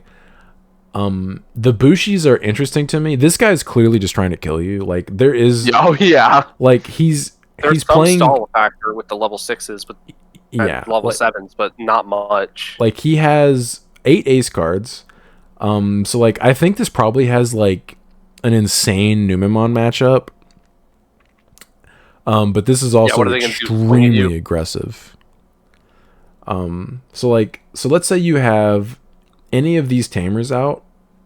If you include the car and at least one Kari, if you Revelation a Light, it's immediately reduced by 1 memory for every single one of these tamers you have on the field. So you Revelation a Light out your Bushi after tucking it from one of your effects, and it's just a free swing. Yep. And you recover, and you effectively have a ruin mode sitting on top of your security that your opponent has to play through. Feels good. Yeah, I think that's pretty nasty. Honestly, I'm surprised we don't see more yellow vac anymore. It's a really good deck. I think we might see a shift to people playing this. I mean, if this guy won, like we might see Because more, of like, Numemon. yeah, because like this, I just wish we could see the matchups. I'm This- genuinely curious about matchups. I'm sure once you get to the top tables, it's probably like almost all Numemons and like some Mirage and some Devas, and just like decks Yep. like this where it just has a really good Numemon matchup. And a Ben playing Beals. Yeah, and Ben playing Beelzemon, Ben out here in the BT12 format. I mean, it worked. I mean, yeah, it did. Like, I'm not saying it's a bad call. I think that deck never got As long bad. as he People just avoids stopped playing Numemon, it. guys. Yeah, like I've been saying this. Beals is still a very strong deck. It just because it's not new anymore, people don't play it. Mm-hmm. I Ben think it said actually that too. benefited- Like, Yeah. I think it actually benefited Ben greatly to lose to Numemon round 1. Because then I feel like he dodged the top tables for the rest of the tournament. He Yeah, sat there he- just under he them. was clawing his way back to the top tables the rest of the tourney, so he just got to avoid the Numemon onslaught directly above him, where everyone's just duking it out, Nume versus Nume. Yeah, he it's lost literally to a King poop Numi. form. Yeah. But yeah, I wonder how much event pack Ooh. Bushi Agamons are now because of this guy. But congratulations, Charles Lowe. Very interesting list. Then we have, if I can go back. This is apparently a city in France after Googling it. Offline regional, so that means in person. It's weird that they call them offline, like just, yeah. So this is a regional in Europe. Europe does not like Numemon. Yeah, they do not. There's not a single Numemon list in here. No. Nope. Um. There's a rose before there's a Numa. Oh my God, there is a Rosamund deck in here. Okay, so Sean, to answer your question, they got bought out, like, literally within the last few days, Uh-huh. and now they're sitting at a chill $18. Oh, okay. Dude, if they were like 50s, I would list mine immediately. Because I still have mine. So we have 16th place Karina. So we're just doing singular names. This is Bloom. Still one of Hydramon. I'm curious why that is. Do they just not have access to some of the cards that makes like Numa good? I was wondering if they don't have access to Numamons. Is that maybe someone in the comments tell us, like, does Europe not have Numamon or Louis? Like, did they not get those like, promos? do they never get like RB1? No, couldn't they just buy them? Yeah, but like if they're not like widely Legal. available, they might not make them legal. Like, yeah, sure, you could buy them from overseas, but if it's not like easily accessible, they would just not make them legal. So Okay. they definitely have That's the only thing I can RB1. think of. The question I have is, do they have access to Numamon? Because obviously, like that's the. I mean, I still think the deck would be playable if you didn't have Numamon or Ukomon. I mean, Okay, pretty standard Bloom list. yeah. Then we have 15th place, something in French, Leomon. Let's go! Oh, the Mega Gargo and Heavy Leo, Chris. I'm telling you, you I thought about interested in playing cooking? this. I would cook. I mean, I see the Terrier Mons and the Lot Mons up there. Yeah, this is definitely interesting, but like, I because- still don't like that level 4 Leomon. which That green the one, one of? the one of. I just don't like yeah. the card. it doesn't make sense. It's bad in the deck. It makes no sense to me. I would Yeah, legitimately replace it with a Rapidmon. Just so you could blast Evo the level 6 out of nowhere. Just a random one Rapidmon. Oh, yeah, I guess that'd be fair. I agree. I'd rather play that over this. Yeah. Also, do you have any flashbacks of when I wombo comboed you in the pre-release with this card? That's why he Yes. doesn't want to play it. That's why he hates that card, Bad because I memories. promoted it and wombo comboed his board with it. That is just a bad card. Yeah, I mean, it is Leomon, so yeah. Yeah. Okay. You're not wrong. Yeah, but this is very This guy's also interesting playing list. the Taigas. Okay. Can we get off this Taigas? Okay. The Taiga's so bad. Whatever. Then we have N.A. Davis. This person did not submit their name. Yeah, that is a Davis list. That is what I expect. Yeah. No. Two no Gen Debbie Harris. S. Yeah, 2 Gen By Humans the 2. Yeah, running No no Mega Gargo Dark Mons, Aces. though. Yeah. This is extremely standard. Congratulations to whoever you are. 13th place Security Control. Surprised we didn't see any of those in the last one. Yeah, I am too. I wonder what matchups it has issues with. He's playing the Sean version. He's got the Digimon Emperors. I'm surprised he's not maxing this out, but I guess if they don't have Numamon in their events, what then difference does it make? yeah. Yeah. One Mireille to have a consistent yellow-purple source. It's interesting. Literally no Salamons though. I'm not a huge He's fan. playing the security rookie. Yeah, he's playing this guy in Tactical Retreats. After having played 2 Tactical Retreats in a list, it's awful. I hated it. I wonder how this person felt about it. Well, I mean, if you're playing the security rookie, I guess it's not that bad. Yeah, this looks kind of similar to Mario's list, like our Mario from our locals. Yeah, Like, where it's like agreed. there's Actually a little playing the Gallant. He's got the tactical retreat. He's got the whole leaf waves. yeah, there's a little too much recovery focus instead of removal. So like if your opponent starts hard playing stuff, you just lose. Yeah, because you're basically looking at your Lonkies and your Chaos Degradations and saying, "I hope this gets me through." Mm-hmm. Well, I guess Wyverns too. Yeah, I mean he does have removal, but like he's not maxing it out. So like you could very easily run this person out of removal. Yeah, congratulations. Their hand would be looking kind of small. Then we have Lay Goat. Apparently LeBron James came in 12th place with Lugumon. Dang, he's almost maxing out on Chimeramon. Jeez. Yeah, Tree Chimeras.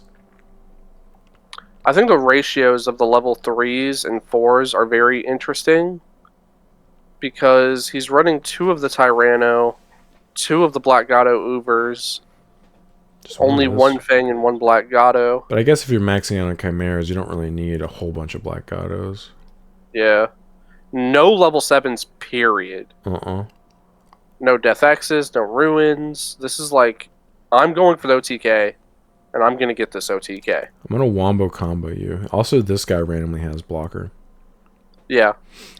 Well, Tyranno randomly has blocker, too. It almost never comes up. Oh, he does. I forgot about it, too. Brandon played it against me, and I was like, that's blocker? Yeah, what? Yeah. Huh. Well, congratulations to LeBron James. The king. Yeah. Then we have Domenico with Red Hybrid coming in 11th. Alright, cool. We looked at it. Alright, next deck. That do be Red Hybrid. Yeah, that's just Red Hybrid. 5 commas. The last few ones weren't. Yeah, shout out to this guy for actually playing a 5th Tama when he's maxing out on Ukomons.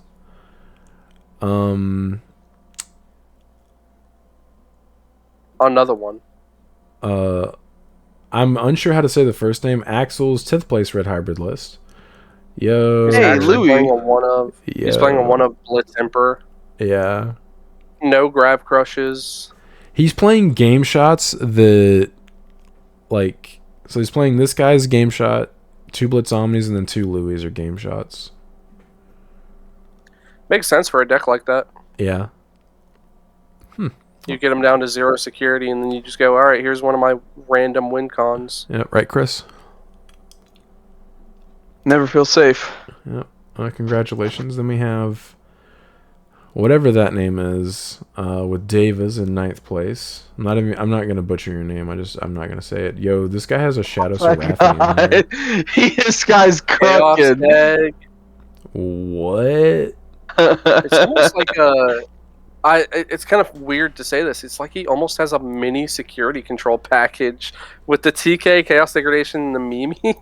I wonder if this is for the mirror, because, like, if you're not playing option removal, like, the Fang will just stay on the field for the entirety of the game. Yeah. It's like, hey, I'm here, buddy.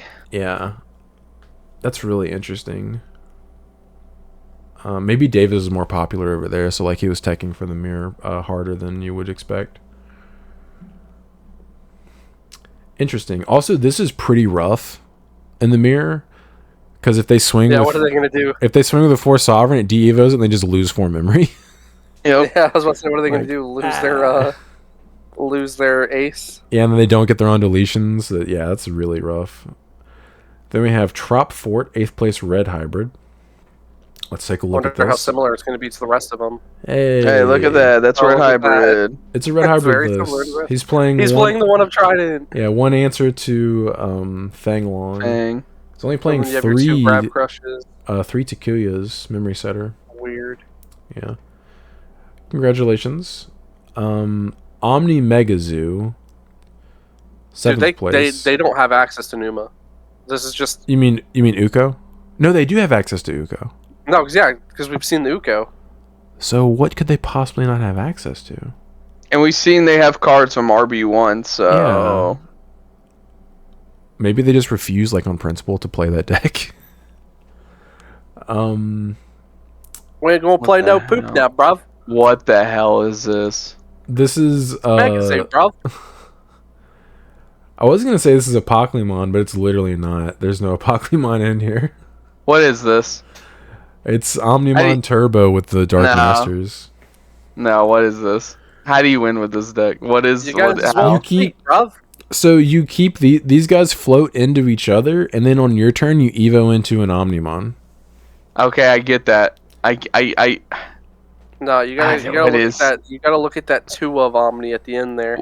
What is that digital thing? What is that? True. Yeah, Alter B's win condition in this deck. What is that for? That 4 of option card right next to it? X program. I can't remember. Oh, X program. X program. What does that do again?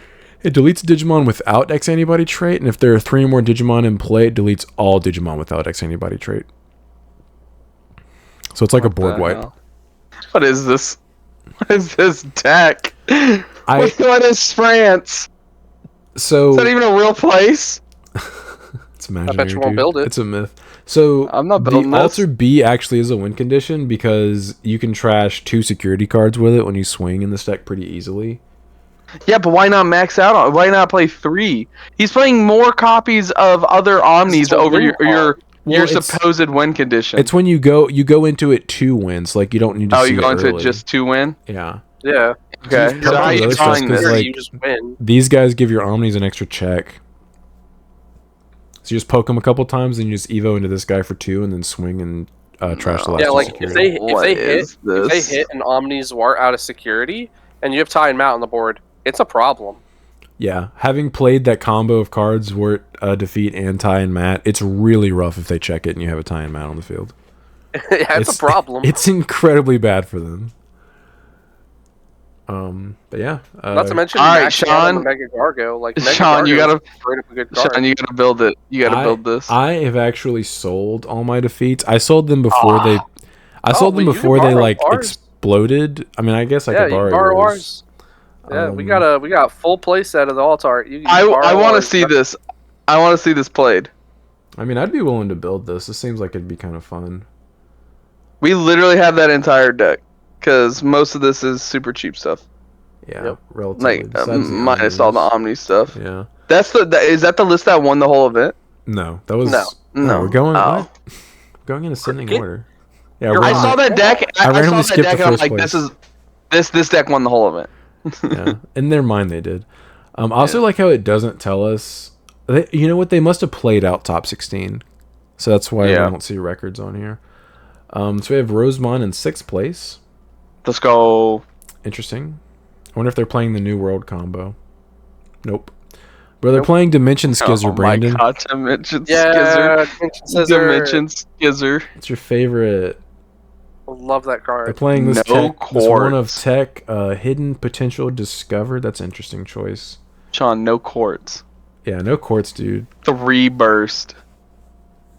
Yeah, this is This guy's wild. this is more aggressive than quartz because like you can Yeah. evo into this and just kill people randomly. The Lily X2.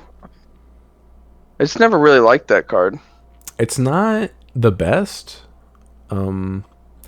I think they might just be playing it for the DP that it provides Yeah. because like it really feels bad when you swing with your Rosemont and she just dies. Like, Agreed. playing this to give your Rosemont 2000 DP. Yeah, I can, Is this good against Davos? Because if you go Rose X, they just can't. can't- it's pretty can't rough for promote. them, I think. Yeah. They can't promote their level 5s, right? Well, when they Out play of the level 5, it also gets suspended. Like, it just suspends everything Right. they do. So are we just gonna assume that Davos is way more popular over there, and that's why this deck did It well? seems that way. This definitely probably does have a positive matchup into Davis until they Fanglong you. Maybe Numamon too, because again they can't raise, and a There's lot the of their Numa, though. it's I don't have any. they vote. can't.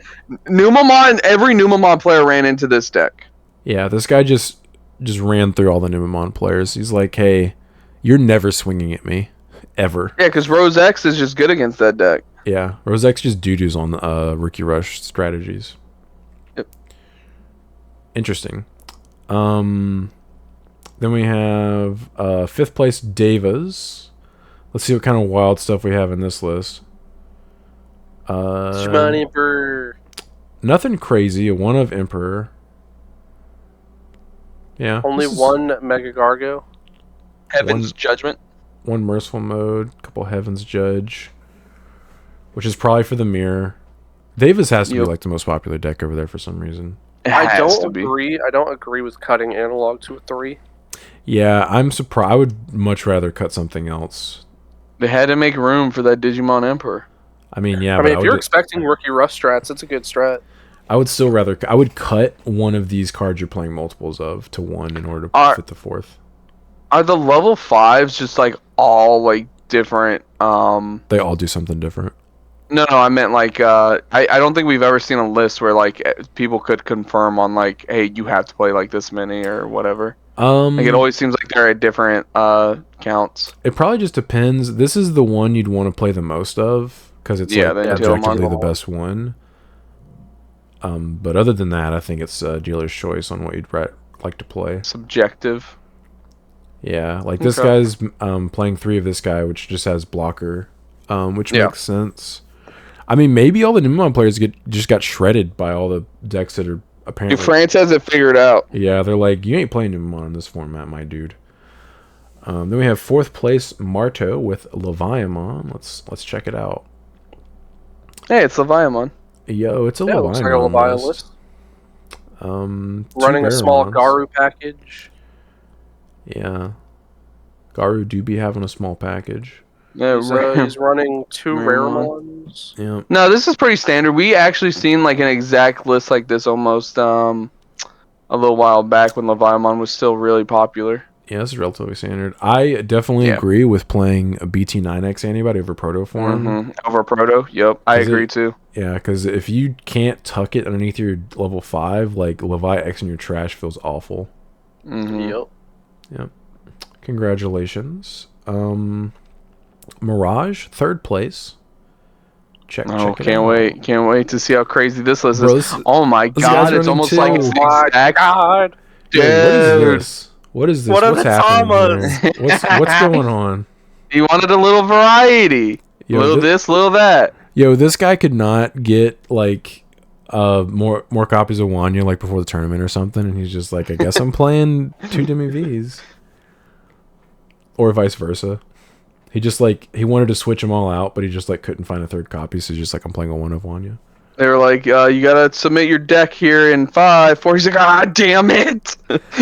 Imagine your opponent has 4 Tamas at the beginning of the round, and you find out they're playing 3 different Tamas. Yeah, he's like, I gotta shuffle these, and you're like, why? Why though? Why? Oh, that's awesome. 2 of the BT13 Mirage. It's crazy. Yeah, It's a new one. It's better. That is right. It's new. It must be better. Congratulations. Then we have 2nd place Security Control. Let's see. Also playing a lot of... This is very similar to the list we already looked at. This looks almost identical to the other one. Yeah, I wonder if these guys knew each other. Because, like, the ratios are the same, too. This is kind of wild.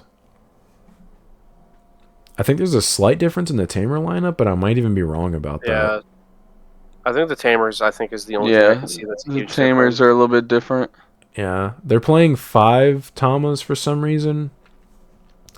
I guess theoretically, if you promote Swing and it survives, you could tactical it back, and then when it gets checked out of security, you could Evo into it. So I guess you could Evo more than 4 times. Yeah. Okay, crazy. Yeah, congratulations. Then we have 1st place, Mirage Galgamon. No, you don't say. Also playing BT13 Mirage, only playing 3 Tamas. Hey, in called Brandon. In a format or a meta that has security control representation, they only played 3 Tamas and they managed to come in 1st. Must have dodged it. I was about to say, control. I wonder if they dodged it in top 16 if they played it out. He just dodged the matchup. But yeah, Extremely standard list. Yep. Relatively standard. Congratulations for. I will coming in say first. he's not running any of the jamming level 3. He's not. Yo, he wildin'. He didn't care. That's why he won. He's like, I'm gonna enter this for fun. He's like, I'm gonna high roll the bejesus out of you. You're gonna sit there and take it. Yep. Yeah. Yep. Well, congratulations. No jamming Tama or nothing against Deva feels like a big risk. Yeah, I mean he's got. Yeah, it's kind of wild. Well, congratulations, worked out for him. And that is it for the most recent top 16 deck lists. Let me. Yeah, if any of you guys are in the UK, like, where's Numamon? Yeah, can you guys from not the UK? It's Europe, dog. France is not part of the UK. God, such an American, I'm an American. thing to say. I don't know these things. It's all you foreigners. Can you just tell us what's going on outside America? Because we don't be knowing. They're all on the other side. They're all on the other side of our border. Okay, I think I want. You think I know? Yeah, I don't be knowing. All right. Now we are going to tier the ace cards. Okay, before we even start, I need you to throw all the Ghost Game ones in the lowest of low tiers. Let's just piss everyone off to begin with. Just immediate upsetting spaghetti. Nah, I'm just kidding. We'll actually evaluate them, but they probably won't be in S tier. Spoiler for anyone watching. All right, so starting off, we have Myotismon, which previously you probably would be like, man, that card kind of sucks. But I'm okay with putting it middle of the road. It's like it's good in decks that like Beelzemon, like Ben showed us. But other than that, like I think I was gonna say tier 1. I think it's a very good ace that just doesn't have the right deck for it right now. The right deck. Yeah. But like a good ceiling. It has a good ceiling. Yeah, like I would agree with tier 1. It's obviously it's really good in Beals. Like the only thing that's not synergistic with the deck is the fact that you can't search it off of like your like evil wizard searchers or your whatever. actual pieces. Yeah, but like I think it's just waiting for the right deck. But like this will get abused at some point, and then we'll have to put it in S tier. But yeah, it's like because this is before all the new aces we get later, right? In future sets. Yeah. We'll have to reevaluate this after we get more aces. That's what I was gonna say. Like compared to the aces we have right now, I think it's tier pretty 1. good. Yeah. For what it does. All right, Metal Greymon. You already know where that's going. Yeah, you already know. What? Okay, That's too high. What do you guys think? Copium? That's No, too this high. is dog water, or it's a good play. Honestly, I think it's probably the worst ace they've printed. You literally had that card in your deck last night, and how pissed off were you every time you drew it instead of a different card? Funny enough, one of the only times I could ace somebody for value, I had Garudamon in my hand, and if it had been Metal Greymon, it actually would have been a blowout. Okay, so you're judging this off of that one interaction? Let me finish. Let him finish. I'm not saying it makes it a good card. I'm just saying it was ironic. It was ironic because I was like, dang, if this had been Metal Greymon, this would have been so good here. No, this card is just objectively really bad. See what that bottom tier says? It's a good play. That's what you just explained. Yeah, you got to put it in. It's a good play. Go put it in that tier. Because I'm not trying to justify having done it. Yeah, I'm just saying it would have been beneficial in that moment. But I'm not arguing with you. The genesis of it's a good play is being argumentative about making an objectively poor play. Yeah. I knew what you meant, but it was still funny. Yeah. Bihumon, honestly. Yeah. Okay, so we have to. Are we doing this just based off Devas or like?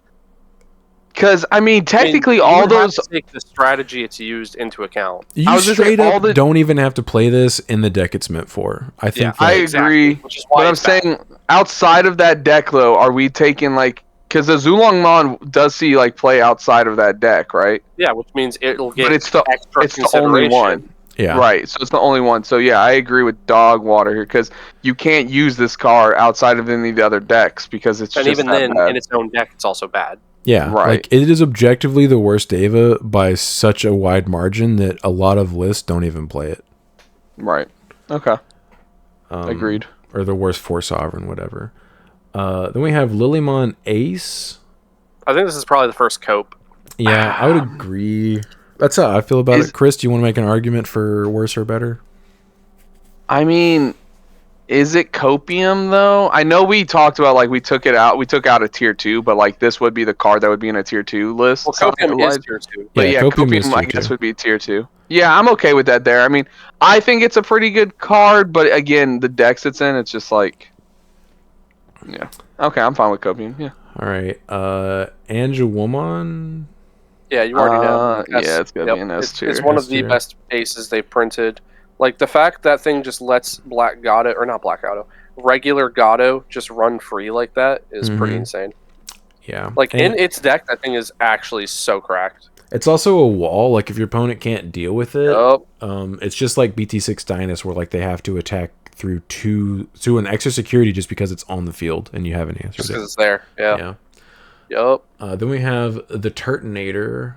I think that one's also probably cope. It's definitely not the best in the Deva deck, but it is a. But are you seeing that multiple outside of in the that Deva deck? You're absolutely not. Yeah, no. The Deva cards are so hyper specific. The only one that's going to see play is the Azulong. Yeah. Yeah, but does that mean it's good? Like if it's only in one deck, does that mean like, oh, it's a little bit better than But if it's in Baihumon? a very good deck, like. So Baihumon's in Dogwater because you literally don't have to play it in its deck. Yeah, you don't have to play in its own deck. Okay, all right, that's fine. That's fine. You already know. Yep. Yeah. Yeah. Maybe Unfortunate for you insectoid players, your deck is still bad. Yeah, maybe when it gets more support, but like that card sucks. I played that in the pre-release and felt bad when I drew it. Yep. Then we have this guy probably here, the chicken. Yeah, I think he sits right there with. Would you put it above the turtle? Honestly, what about above Lily Ace? Because is its effect very specific to Davis as well? Like, can you not play this outside of that deck as well? That one's hard removal, isn't he? It blows up a 6K or lower. Which, actually, fun fact, this Moto Greymon has the same effect. Just gonna point that out. Okay. But what else does it do? It gives, you can delete a 6K to give one of your Digimon security attack +1 for the turn, I believe is the effect. And then it has an on deletion that pops like highest DP, I think. That's not too bad. Okay. Chris, do you want me to pull up the cards just so I can read them out to you? No. Okay. That's fine. That's fine how it is. I think they're about even with each other. The turtle can also do things. It spins your board for every Deva you have in play, and then blows up one of your suspended Digimon on deletion. All right, Zulongmon. I want to put it in tier 1 or tier S. Yeah. It's between the two. Like I kind of just want to put it at the top of tier 1. I could see it being the border. Yeah, because you only ever see it's a very good card, but you only ever see like 1 or 2 copies in like the other deck. But it's so versatile in the fact that it's played in security control, it's played in Numamon, it's played in the Deva deck. I'm okay with it being the border of tier 1 and S tier. I'm okay with it almost being an S tier because I think it's like a league's better than Myotismon. Yeah, but Myotismon's probably going to be the bottom of tier 1. Let's be honest. Yeah, but compared to all the other ace cards, I think Azulongmon's better than them. Yeah. Maybe we'll reevaluate after we get done. Yeah. Where Garu? It's a good play. I'd say, okay, y'all are just rude. I actually do see this card get play in Melga lists. I think it's bare minimum better than the Lily. I think it's probably Copium because it can stun stuff, but like you have better level 5s to play in that deck. Yeah, 100%. And it's the only deck you're playing. The thing is, like, you can stun one card every turn, but at the same time, like, I've seen people does that better. I've seen people playing it in Magna in Armor Rush lists. I could see that. I guess is like a 5th and 6th copy of Zudo. No, they were playing it over the Zudo. Sometimes. Oh, that's just wrong. Really, I disagree with that. Yeah, what? Yeah, that was weird. Yeah, I was about to say. I think probably top. I'd say top of Dogwater. It's in a bad deck.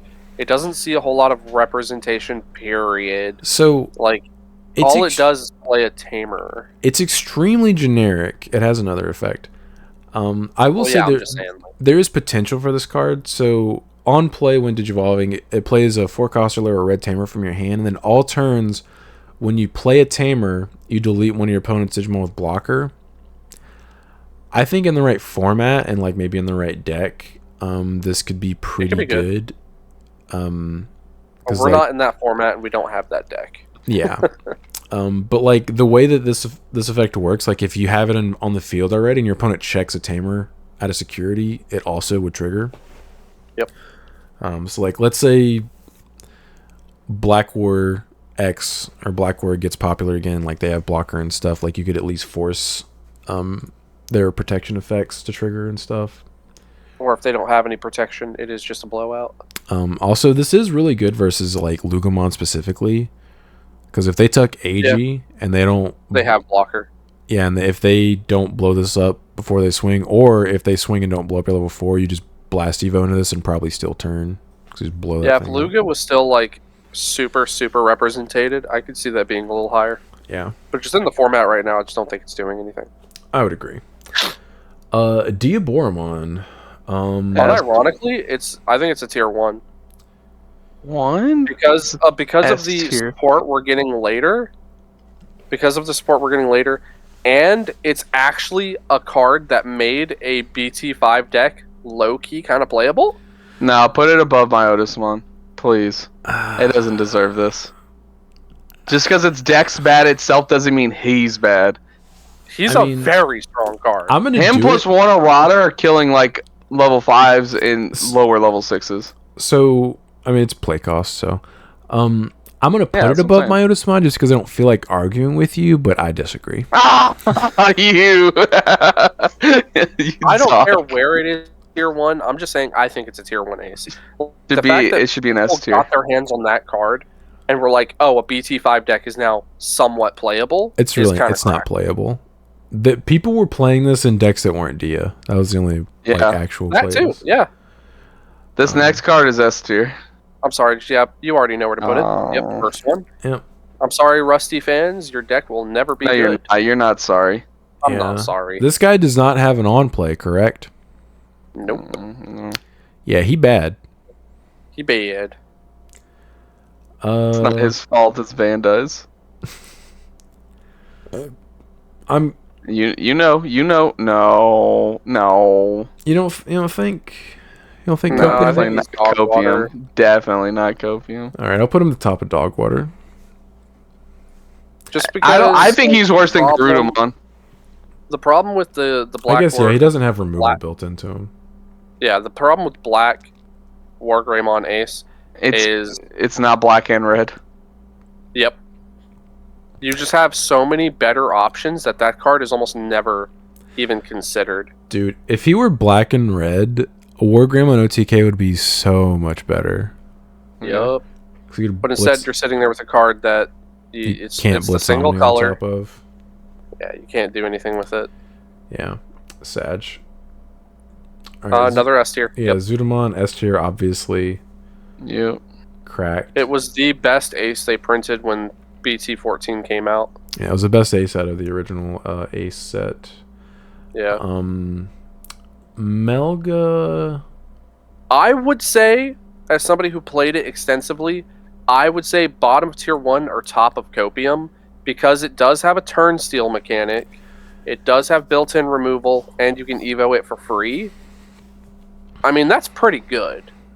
The only thing is, it got replaced once we got BT15 because the new Melga was just straight up better. I could see it being better than my Otismon. As good as my Otismon is, it's very locked into like one deck right now. Yeah, the thing is, I would swap them. Swap my Otismon and Melga. My reason for keeping him in Copium is just because now that Melga has moved past it, you're never seeing that card again. All right, so the Garu stand says it belongs in Copium, Okay, so that's what we're gonna. Yeah, if the Garu says, if the Garu stand because says it. Once the archetype moved past it, you're never seeing that card again. Agreed. What is going on? Yeah. It's a good play. What, Sean? That's crazy. No, that's not where I wanted to put it. So I think this Yeah. is probably top of tier 1. I can agree with that. I'm fine with that. It's super good in security control. We all know that. It's very good in just yellow strategies, period. Yeah, like yellow vaccines, sure, they prefer the Anduamon now, but you're still going to see them playing copies of this. Yeah, it's still good. It just like it did get low-key power crept by the Anduamon. yeah. Because like once he comes into play, that's it. He doesn't do anything else. Like she's just like Yep. when she does something on play or when digivolving, and then she will sit there and Just have a sits on the passive field. effect. Yep. We don't even have to say it. Yeah, Yep. I mean, top S. Yeah. what's He's this the is best. Ideal. Mechagargo is by far the best ace we have right now. this is the most ideal ace card ever printed so far that we have printed. The fact you stun cards just from being able to unsuspend, already busted, already good. Mhm. And then on top of that, you can select 2 other cards. Doesn't have to be the same 2 cards. And just say, yeah, I'm sorry, you can't digivolve anymore. Can't digivolve either. You haven't even said the best part. You can do it from a level 4. Yeah, you can blast Yeah. Evo on level 4s and level 5s with this guy, which is kind of insane. Yeah. With his specific deck, yeah, it's crazy. And then just on top of that, like, there's a reason it's played in the David deck. It's just that good. Yeah, it is just like it is the best ace we have. If you can play it, yeah, he is him. If you can play it in a deck, you should give consideration to putting it in your deck because it's that good. And It's not even give consideration, just do it. Like I've mentioned this before, but I have strongly considered putting this in my War Greymon list. I don't see why you wouldn't. There's just not enough room, and like Yeah, it's not a consistent card and something like that. yeah, because I would have to have specifically a black level 5. Yep. And the odds of me swinging with level 5 and not like going into level 6 before I even pass turn are like extremely low unless I'm just trying to bait my opponent. So like I ended up not doing it, but like I consider Yeah, if I saw you just promote your like what is it, the BT8 Metal Greymon? Yeah, but we know Sean. We know how he plays. Yeah. And you're not doing anything. You're like, okay, promote my level 4, digivolve into this, draw. Okay, your turn. Yeah, your turn. And I'm like, wait a second. Feels like a trap. This is a trap. I'm thankful they did not make this guy an on play as well. I think he might have been a little too good if he also had an on play. Right. Agreed. All right, so Imperial Dramon.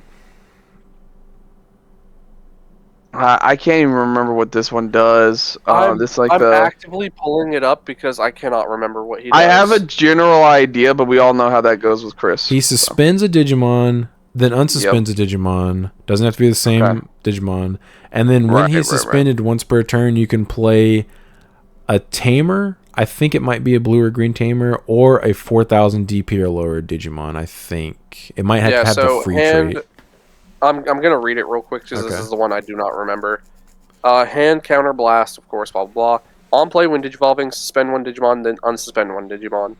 All turns, once per turn. When this Digimon becomes suspended, you may play one Tamer card or one Digimon with 4,000 DP or less from your hand without paying the cost. Yeah.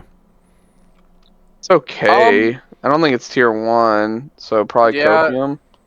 I would probably put it right either under the Melga or right under the...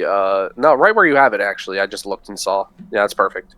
Like, I think the problem is if your opponent only has like one Digimon on the board and you blast evote into this, their attack's going for it. Yeah, like nothing happens. Yeah. Sure, you might get to unsuspend, but like lets you cheat out Tamers and stuff, but yeah, it's it's okay, sure. It might as well not be an ace. Because it's really just a combo card for Imperial if you don't have access to the other Imperials. Yeah. I actually, Brandon, don't remember what any of the Ghost games do, like specifically. None. Hold them up. I've never seen them in play. Diarbitmon, please. Okay, so hand counter blast, blah blah. On play when digivolving, suspend one of your opponent's Digimon. Then, if they have no unsuspended Digimon, gain 2 memory. So, potential turn steal. Potential. When attacking. So, definitely interesting, but issue here I see is this guy Evos on top of green Digimon, and this guy also Evos on top of green Digimon. Yeah. So, you're playing the Mega Gargo over it.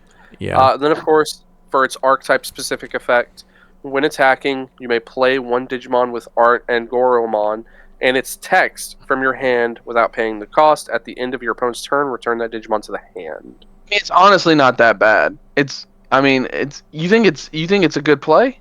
Because Mega Gargo exists, yeah, it's a good play. What you're only playing this in Diarbit, and I don't even know if like I think the other Diarbit's probably better. Agreed, but I mean, yeah, I guess I'm focused too much on the whole gain 2 memory, like steal a turn thing. Yeah, that's cool. That's the best part about it. But Yeah, that if would you're be, like, the playing best specifically a Blast Evo in a green deck, there's no reason not to play Mega Gargomon. And if Yeah. you're playing Diarbit, like, okay. Oh, wait, Yeah, this good is the level 6? It's a level 6. Yeah. Oh, okay, yeah, never mind. This card's trash. I thought this was like a level 5. No. No. I think yeah, this not one as might good. be a The level Regulus? 5. Yeah, Regulus or whatever. Is he a level 5? I think he might be a 6, I don't know. Because I'm looking at the 6s right now, and I didn't see it. I think he's level 5. He is a level 5. I found Okay. him. Alright, Regulusmon. Hand Counter Blast. On play, when developing, trash 1 card in your hand. Then, you may play or place 1 card with Gamamon and its text from your trash as the bottom Digivolution card of this card. All turns, once per turn, when an effect adds Digivolution cards to this Digimon, by deleting 1 level 4 or lower Digimon, you may play 1 level 4 or lower Digimon card from your trash without paying the cost. That is a mouthful for a whole lot of nothing. It's a good play. Okay, Yeah, that 2 is a more. mouthful for a whole lot of nothing. 2 more, and what I said at the beginning of this tier list will be correct. All right, Amphimon. This is actually like these last Yeah, two are probably the 2 best of the Ghost Game Yeah. aces, but Yeah, that agreed. doesn't mean they're that good. Alright, so Amphimon. On play when developing, you may trash up to 4 blue cards in your hand. Uh-huh. For each one, trash any 1 card under one of your opponent's Digimon or Tamers. Then return one of their Digimon or Tamers without sources back to their hand.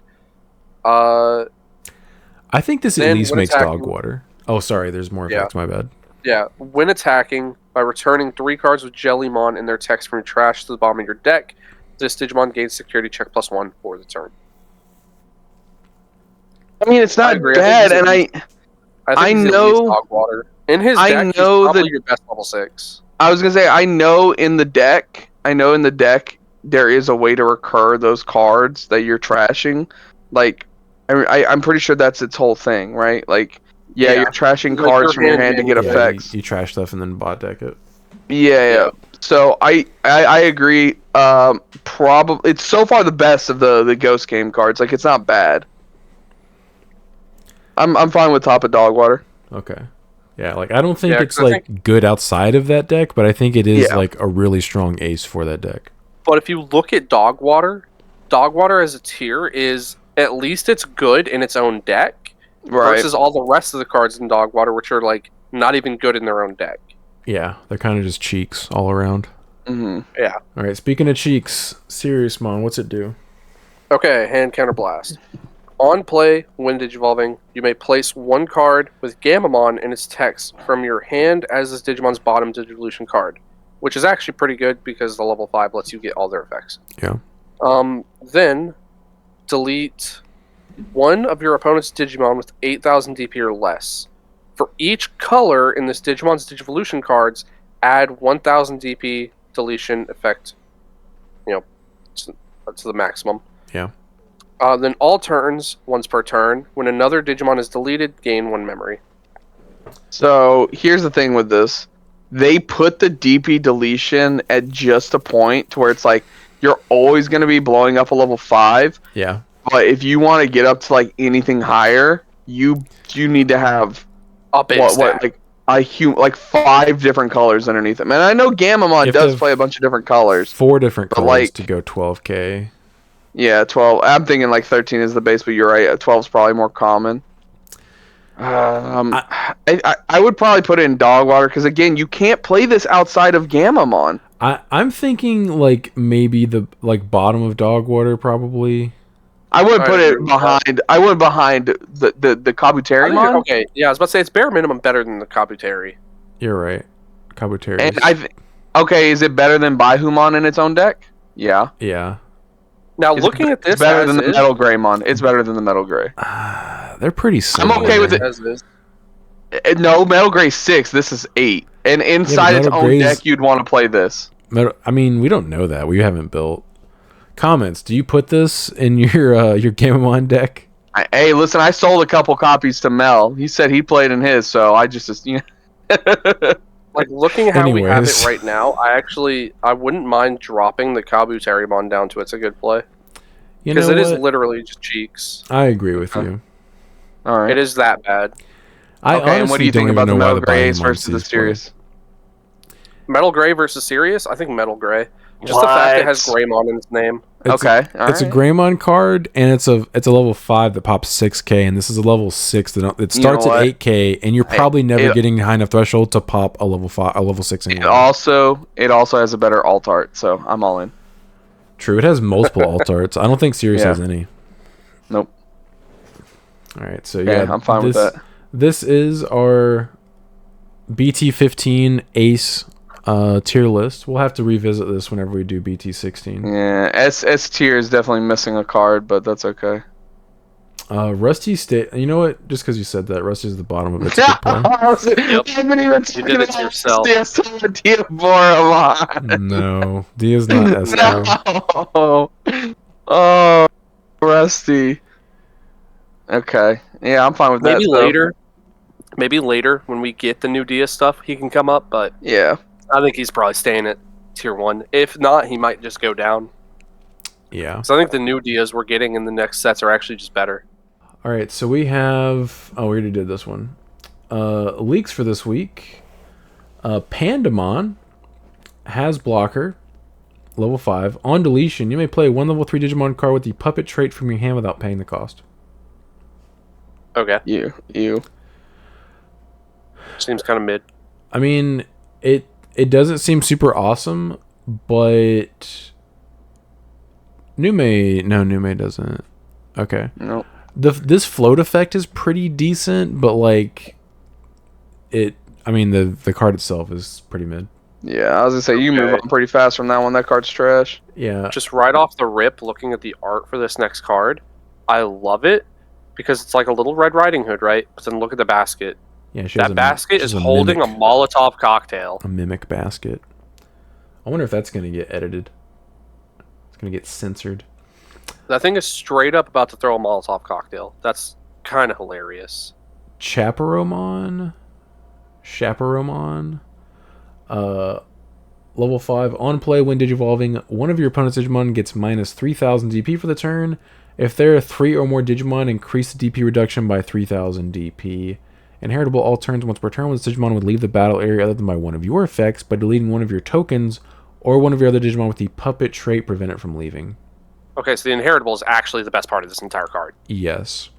That like the -6 potential is okay. Mm-hmm. That's like kind of small for a negative DP threshold, especially since you have to have a pretty swarmed board for that to work. Well, it's But then that three total inheritable- Digimon. It's like your opponent Yeah. could just have one, and you could just have 2 in play, and you're -6. Fair. I like this. That's a really good card. This I love seems the pretty art. good. I mean, I don't know what the deck's win condition is yet, but that card seems Yeah. pretty good. I like how the Red Riding boots are literally spiked boots. It's kind of hilarious. All right, quit trolling.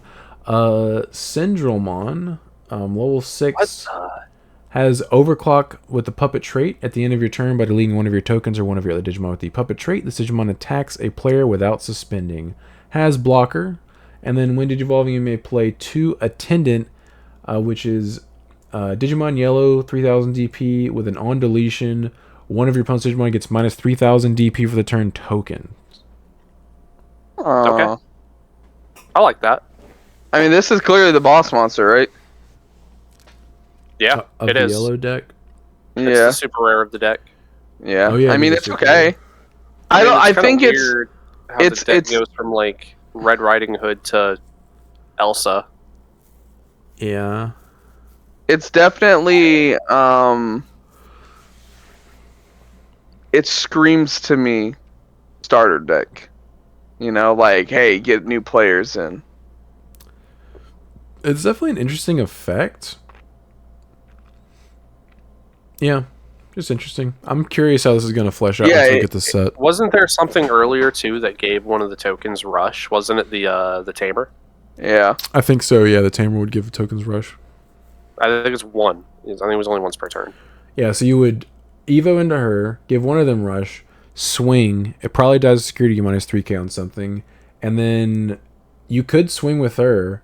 And then end of turn, you overclock, pop the other token, give -3k to something else, and attack again. So that's 3 checks just off of that. Not bad. I mean, Yeah. especially for what seems to be a swarm style deck. And of course, with EX7, we're going to be getting more support for it anyway, so we'll see how that goes. Yeah, kind of curious how this is going to flesh out. Higher quality defense training. Okay. Looks good. Yeah. Grand Galemon. First of the EX7 cards. Oh, yeah, it is an EX7. I didn't even notice that. Thank you. Level 5 Vortex, which at the end of your turn, this Digimon may attack an opponent's Digimon, and this Digimon may attack with its effect on the turn it was played. When Digivolve, you may suspend one Digimon. If this effect suspended one of your Digimon, this Digimon isn't affected by your opponent's Digimon effects until the end of their turn. Inheritable your turn. Once per turn, when this Digimon attacks an opponent's Digimon, you may unsuspend this Digimon. Okay. Yeah, that's good. I mean, just generically giving a card unaffected by opponent's Digimon effects is actually pretty solid. Yeah, that's really good. Yeah, it seems like a solid card for the archetype. Yeah, no complaints here. I think it's definitely better than the starter deck one, which makes sense because it's an actual set. 100%. Definitely. Higher quality mental training. That might be my new favorite training card right there. Am I high or is this not the same card? It has a gun. Oh, this is EX7 Chaperon. Okay, the other one was from the starter deck. I was like, I just read this name. Now the basket has a gun.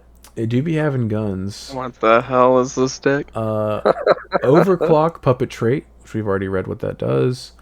When Digivolving, you may play one level 3 Digimon card with the Puppet Trait from your hand without paying the cost. Okay, so it feeds the Overclock keyword. Inheritable all turns. Once per turn, when this Digimon would leave the battle area other than one of your effects, by deleting one of your tokens or one of your other Digimon with the Puppet Trait, prevent it from leaving. That's better decoy. The other one did. Yeah, this is good. Yeah, it seems like it's going to be a pretty sticky level 6. Yeah, seems like it's going to be pretty annoying to get rid of unless you DP reduce it. What a shame. Well, I mean, the problem is it is also once per turn. So if you have 2 ways to remove it, Jover. Yeah, but how often do decks have 2 ways to remove a level 6 without passing turn? Fair. Raid, unsuspend, raid again. True. Always think of Raid War Greymon. Yeah, I mean, that is true. I was thinking Ruin Mode, but yeah, Raid War Greymon as well. It's like you just Evo into BT2 Shine and you just nuke this thing and they can trigger the effect, but it doesn't matter. Because of you, Raid War Greymon lives in my head rent-free. Good. It's a scary card. Especially if you don't play around it. Yeah, higher quality agility training. Oh, the waifu tax. I remember these. Oh yeah, the premium Bandai alt arts. So we got oh wait. Okay. They literally said here all booba. Yeah, she got the Jumblies. I think this is Minervamon, if I'm not mistaken. Yeah. It might be Mervamon. I can't remember which one's which. But it's one of them. I can't read Japanese, obviously. Okay. Then we have Lilith, which is EX6 Lilith, so this is the Demon Lord deck. Honestly, it's probably the best one in the set besides Venus. It literally says white Lust right here in English. The white card back, like it's beautiful. Why don't we have more of that? This is sick. Yeah, I think I might. We definitely need more white cards like that. We'll see. I think the deadline's like middle of May. I am very tempted. Then we have BT11 Venusmon. All 5. Now this is my personal favorite, just because like the artwork itself already leans itself into the white background so well. Mm-hmm. Yeah. Yeah, she looks nice. She make you angry though. Someone evos into it named Ben, and you're just like, can't play the game. But if Ben evolved into that art, I'd be like, cool. That's cool. At least there are some booba with my rage, I guess. Yeah, then we have EX2 Sakuyamon. This is the lamest. She's covered in. She's all covered up. What the hell? Covered in armor, dude. What's going on, Bandai? The hell? Doesn't Bandai know that women's armor doesn't cover up everything? Come on now. That's right. Go look at game devs. Oh yeah, we're still pretty just cool. Covering up their nipples. Yeah, I like the moon in the background. That's cool. Yeah, it's going through the staff. That's nice. That does look really cool, yeah. I think these are going to look really nice in person because now that they started doing texture on premium Bandai cards, I think this is going to be really pretty when we get them. Agree. Yeah. Sean, if anything, you should buy that just to resell them because you know they're going to jump up in price because of Booba. Waifu tax will be real. I've actually considered that. I even said that to Ben because Ben said he's probably not going to buy these because he already has like the alt arts of Venus from that set. But I was like, you could probably just buy them and resell them. Like you could just resell these for a profit. But he's like, I don't really want to do that. And I was like, okay, whatever. Okay, nerd. Yeah, okay, what nerd, whatever nerd. Yeah, I was like, oh yeah, true. You don't sell cards online because you just have like 3 or 4 Gallantmons just like sitting in your collection, just collecting dust. The Ulti Cup Gallants. Otamamon. Evos on top of green or blue for 0. Also Evos on top of a level 2 with Nature Spirits for 0. All turns, players can't reduce play cost. Thank you, Bandai, for giving blue yet another of the Floodgate rookies. They needed it. Right. Now they can really stop Royal Knights. I mean, this is actually the only thing they could do to stop Royal Knights. Yeah, true. No, I mean they have Sarai. I mean, that's not a Floodgate though. That's a stun card. Yeah, I'm just saying. Yeah. So this, I mean, cool. We got another Floodgate rookie. Yay. Yay. Higher quality wisdom. Cool. Looks good. Yeah. Then we have Jazamon from EX7. Starting your main phase by trashing 1 card with the Rock Dragon or Earth Dragon trait in your hand. Draw 1, gain 1 memory. Rule trait has Machine Dragon type, and then inheritable opponent's turn Digimon gets 2,000 DP. So we're finally getting more support for this deck that they randomly gave us, and was so reliant on its tamer that if you did not see any copies of it, the deck was dead. Yeah, the deck did not function. Like some decks are reliant on tamers. Like tamers are like a very good part of their deck, like Shine. Mm-hmm. But you have 8 copies of Marcus you can play. Yeah. This deck is so dead if you don't have 1 copy of that tamer. Unless you cannot play the deck. Unless you're willing to hard play your megas, yes. Like, it's crazy. Like, the idea and the concept is so cool and it's so there. Mm-hmm. But the whole fact where it's like, if you don't have your tamer, to hell with you. They were too afraid to just give those guys the Wind Digivolving effect, so they were like, let's make it rely on having the Hina out. But, yeah, it just... And some of the coolest alt arts, too. Mm-hmm. Yeah, they do have really sick alt arts. Metallic Dramon from EX7. On play / when attacking, de-evo 4 one of your opponent's Digimon. Okay. That's not once per turn, so you could evo into it and then attack. Assuming you have a Hina out, obviously. Of course. When Digivolving, none of your opponent's level 4 or lower Digimon can Digivolve until the end of their turn. That's a blanket effect. Let's go! I'm loving this. All turns once per turn, when this Digimon would leave the battle area other than by one of your effects, you may play 1 Digimon card with the Rock Dragon or Earth Dragon trait from your trash without paying the cost. Oh my god, this floats into the other megas. This is a Sky Dragon, but it floats into the other megas from the archetype. The other ones. So I think you probably play Analog from this deck now.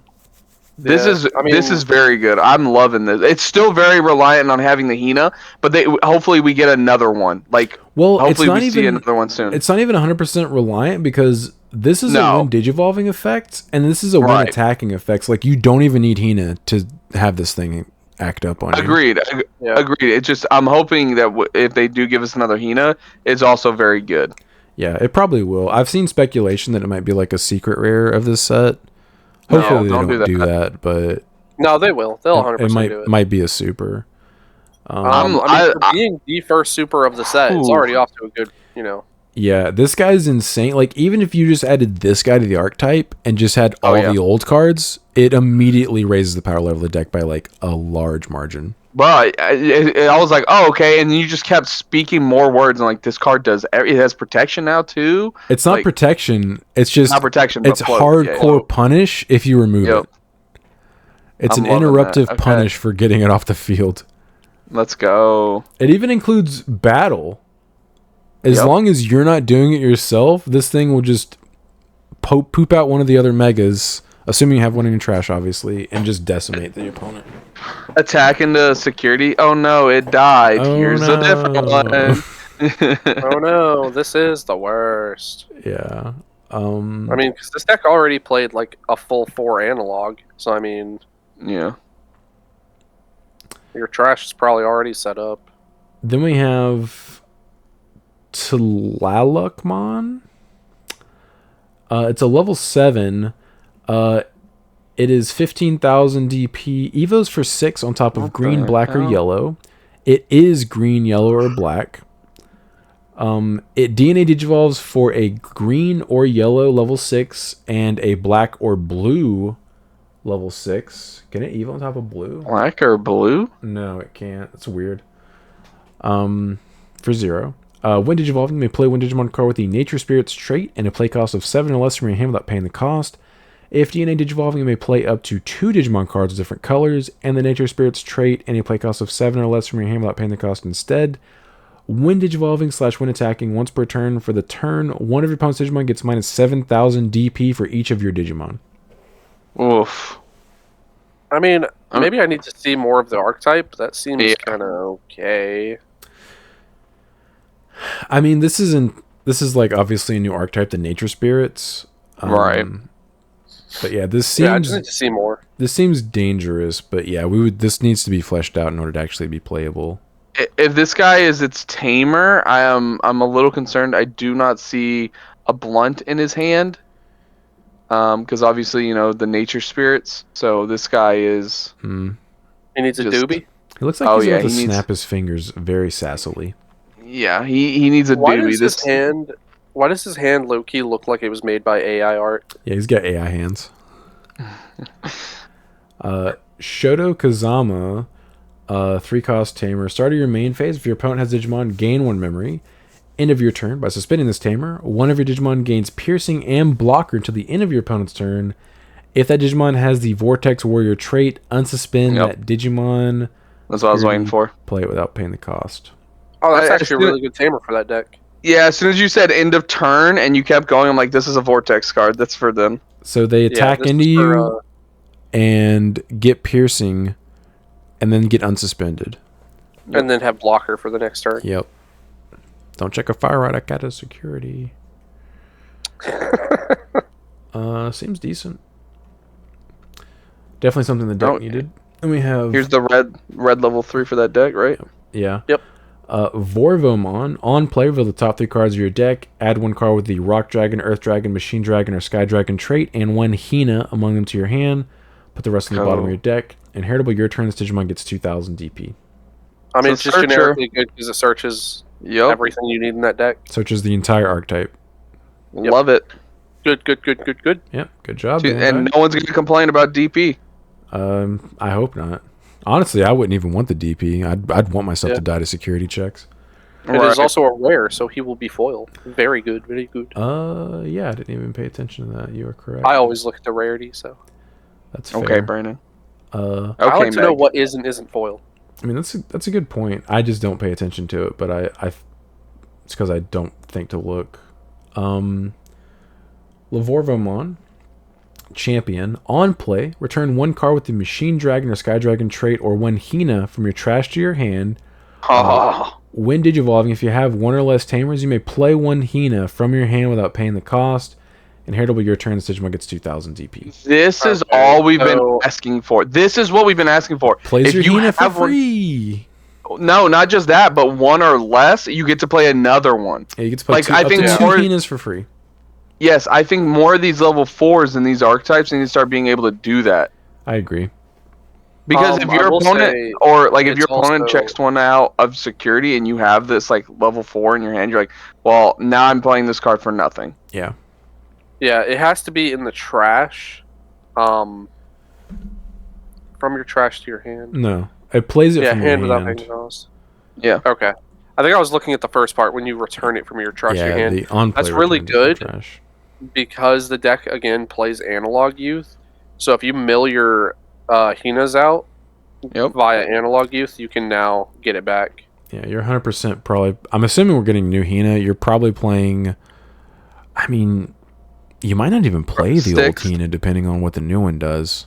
I was gonna say, like, I could see you playing anywhere between just 4 of the new ones or like 6, like 4 and 2. Yeah, and then like 4 analog use probably. Mm-hmm.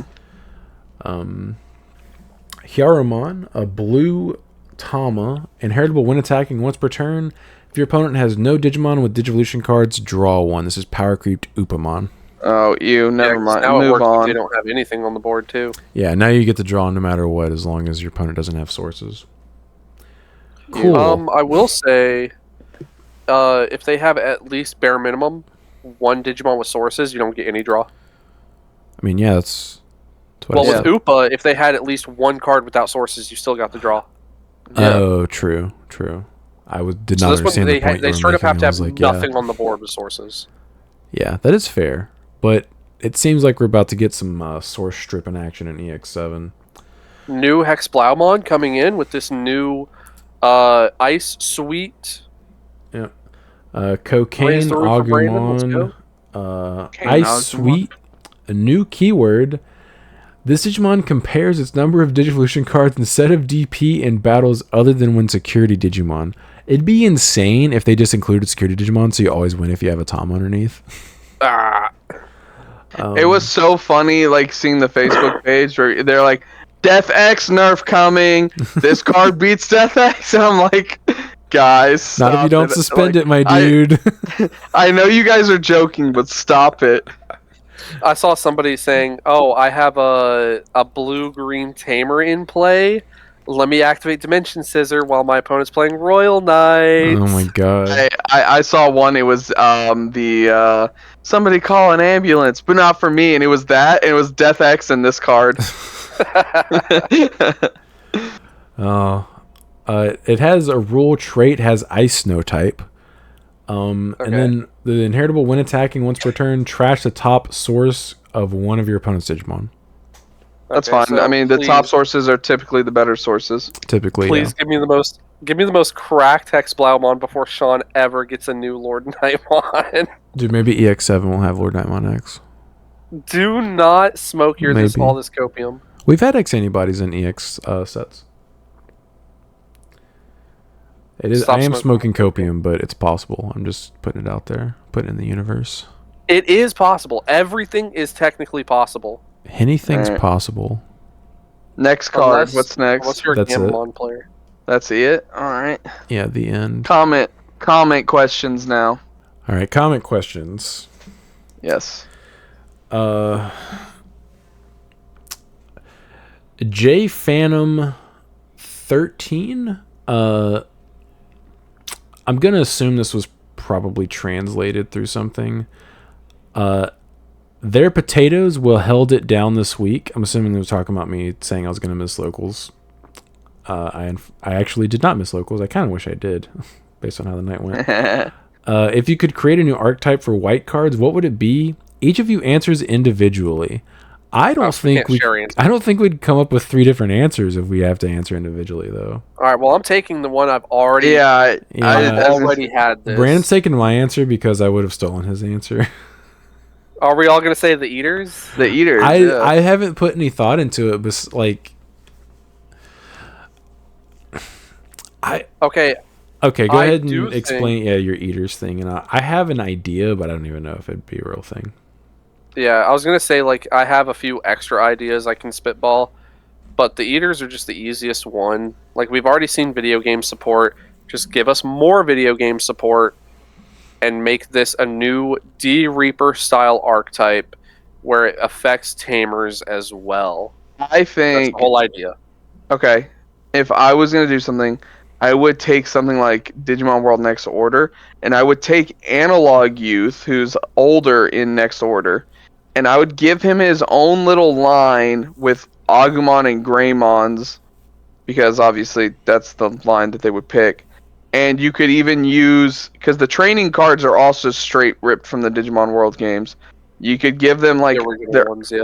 their own training cards that do effects. I don't know, because I know there's mangas out there and like stuff like that and like web comics and stuff, but I don't know too much about those. You could do plenty with the video games. It's like Brand said, Eaters are right there. They're there. They even have They're different ready. versions. They even have different versions of eaters that you can use as like different levels. You have the standard one that looks like a slug. You have the one that looks like a person. You have the one that has a person in it, and it's very horrifying. Yeah. What about you, Sean? So I was thinking of like an Omnimon archetype. Yeah. I was thinking of like if they could do Metabots, Yeah. they could have little baby Omnimons that aren't level 7s, but it's like Kind of like Like Omecamon, chibis. but yeah, it's like a Yeah. Metabot Omni. Sean, in a separate tab, you need to look up Omnimon, I think NX. I think you've seen it before. You sent the picture The before. the little baby Omnimon. Yeah. I've seen it Like, before this is a because guy it's the in Cyber Sleuth you can have. It's quite literally, if you guys can see that, he's just a tiny Omnimon. yeah. I think it'd be something like that, and they'd just be able to Evo on top of themselves. And I guess you could eventually go up into actual level 7 Omnis as well, which would be pretty sick. It's funny that you brought that up, Brandon, because you know what one of the other Digimon that you got in that game was, if you remember? Yeah, no, there's a whole list of NX, by the way, Sean. One of them is Lord Nightmon. Lord Nightmon. You could have a chibi Lord Nightmon in Cyber Sleuth. I'll take it. Would you like to see what he looks like? Sure, of course. I have to type in his old name first. Let me see the baby. While you're looking that up, so there are some level 7 Omnis that say Evo on top of Omnimon in name. Is so tiny. It's an adorable little child. No diddy. It is a child. Oh my god. So there are multiple Omnimons that are level 7 that Evo on top of Omnimon in name. Omnimon.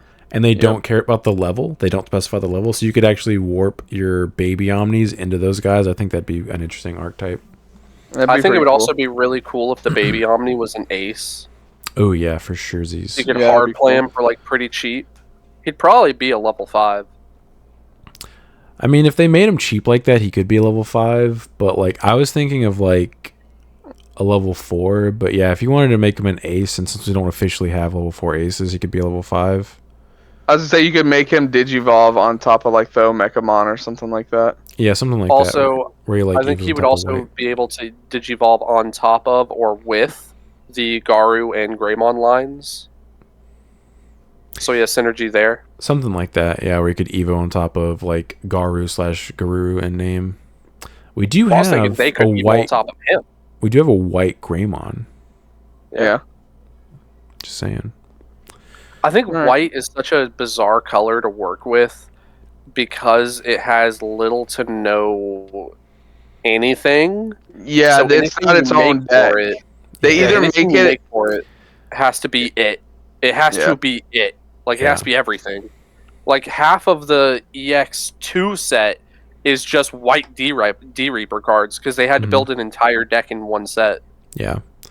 It's like that. Eosmon slowly gets support, and that's effectively an entirely white deck. Another one I was thinking off the top of my head is just give us a new Yggdrasil. That's way better than the current Yggdrasil. Yeah. It doesn't immediately get outed by a level 3. Yeah. Give us an Yggdrasil that basically does the same thing that the Demon Lord one does, where like it doesn't restrict you from evoing. Yeah. I just thought of it. Give us a Yggdrasil Eater deck. This is Does that make sense in spoiler. universe? This is a slight spoiler for the game. Okay. But Yggdrasil and the Eaters Fornicate? Not by choice. Basically they corrupt him. They corrupt Yggdrasil, and it causes a lot of issues. So the top end for the Eater deck could be a Yggdrasil. Yeah, he could be like the boss monster. That'd be pretty cool. Yeah. Yeah. So like the level 3 would be the primary regular Eater, where it looks like a slug. The level 4 would be the one that looks like a person. The level 5 would be the one who has a person in him, and then the level 6 could be. How about this? The Tama is Drazel, and it works for It works similarly to how the Drazel we have now does, except for it doesn't restrict you from evoing. But you can also play it out of your breeding area with the Eater cards. Ooh. But it could work with Royal Knights and Eaters at the same time. That makes sense for the story of the game as well. Oh, cool. Because a lot of the Royal Knights are following Yggdrasil's orders. Yeah, a lot of the Royal Knights in that game. No, before. After he's corrupted. Before and after? Yeah, before and after. But I assume you meant like they were doing bad things after he was corrupted. So. Yeah. Like Loki spoiler again, Lord Nightmon is one of the primary antagonists because they're following. Again, this is why I think you should play it. Lord Nightmon is integral to the game. Like the main antagonist for a good majority of the game. Like 80% of the game. Maybe. It's pretty good. Yeah, but I think that'd be cool. Giving us a new Drazel that doesn't just lose to rookies, and it also like you could introduce a new archetype and stuff. I think that'd be interesting. Yeah. Especially if the Yggdrasil like works for both decks, irregardless of what it's trying to do in either one. Yeah, that's what I was thinking. Like it could just double, and maybe you could make something that combined both decks. Yeah. Yeah, makes them both. Be interesting. Or just like give us a new Susanomon deck that's like a white hybrid style deck. That'd be pretty cool. We are getting Susano Ace. Yeah, new Susan Ace. That'll be interesting to see. Good question. Yeah, good question. Difficult to answer though, just because of how odd white is for us in this game. It hasn't really been fleshed out to where like if you think it's of a viable strategy. Yeah. I mean, the closest we're getting is an Ukamon deck, unironically. This is not a question, but I'm going to read it. I just saw this. For some reason, I haven't seen it yet. Oreo X1000 gives us a plugin effect. Recharge plugin Q. Upper text, while you have a tamer, you may ignore this card's color requirements. Security, one of your opponent's Digimon gains -1 security attack for the turn. Main, place this card as a bottom deletion card of one of your non-white Digimon. The inheritable, I'm assuming this is the inheritable. All turns when the Digimon would be deleted in battle by placing one reload plugin Q from the Digimon deletion cards at the bottom of the security stack, prevent that deletion. So it just recycles itself over and over. So, so this is kind of what we were saying, but the only problem is it's only battle. Yeah, I think if you made that to where when the Digimon would leave the battle area, other than by one of your effects as the inheritable, it'd be better. That. And I also think maybe it would be too good, but honestly, I think Sakuyamon would need it. This doesn't go to hand out of security, so you'd have to fish it out with the X2 Sakuya. I think it should just go to security out of hand. Or go to hand out of security. To where you just literally just reuse it over and over and force your opponent to deal with your Sakuyamon repeatedly. Because then if they out your Sakuyamon twice, like they're going to have to, you're going to have to rebuild your stack anyway. So adding back to your hand isn't like a big problem. I also like how this card doesn't specify you can't have multiple of them in your one stack. Oh yeah, it's not like X Antibody, so if you see multiple, ooh yeah, it's pretty rough. Yeah. Also, he didn't put a cost on here. It would make it what, a 2 cost, right? They're gonna be so dumb. It's gonna be like 5.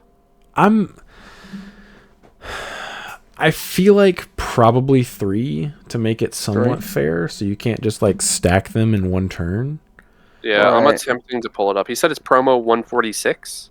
He made the card up, my dude. Oh, really?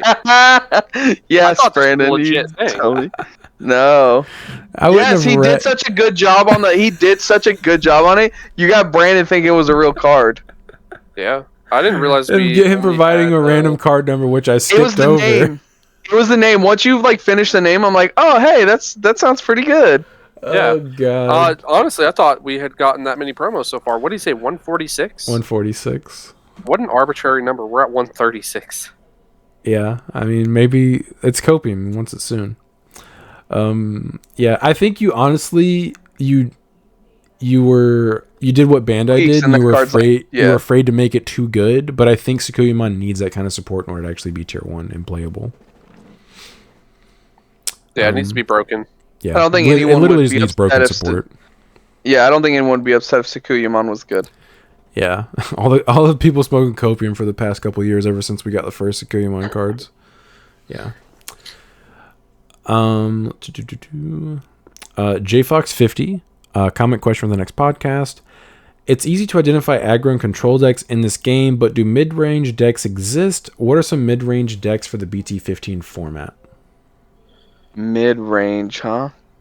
Something that I think doesn't get talked about enough, I think, is how mid-range Mirage technically can be with its ability to control your board with its bouncing effects, but it is often just slotted into an aggro deck because of its OTK potential.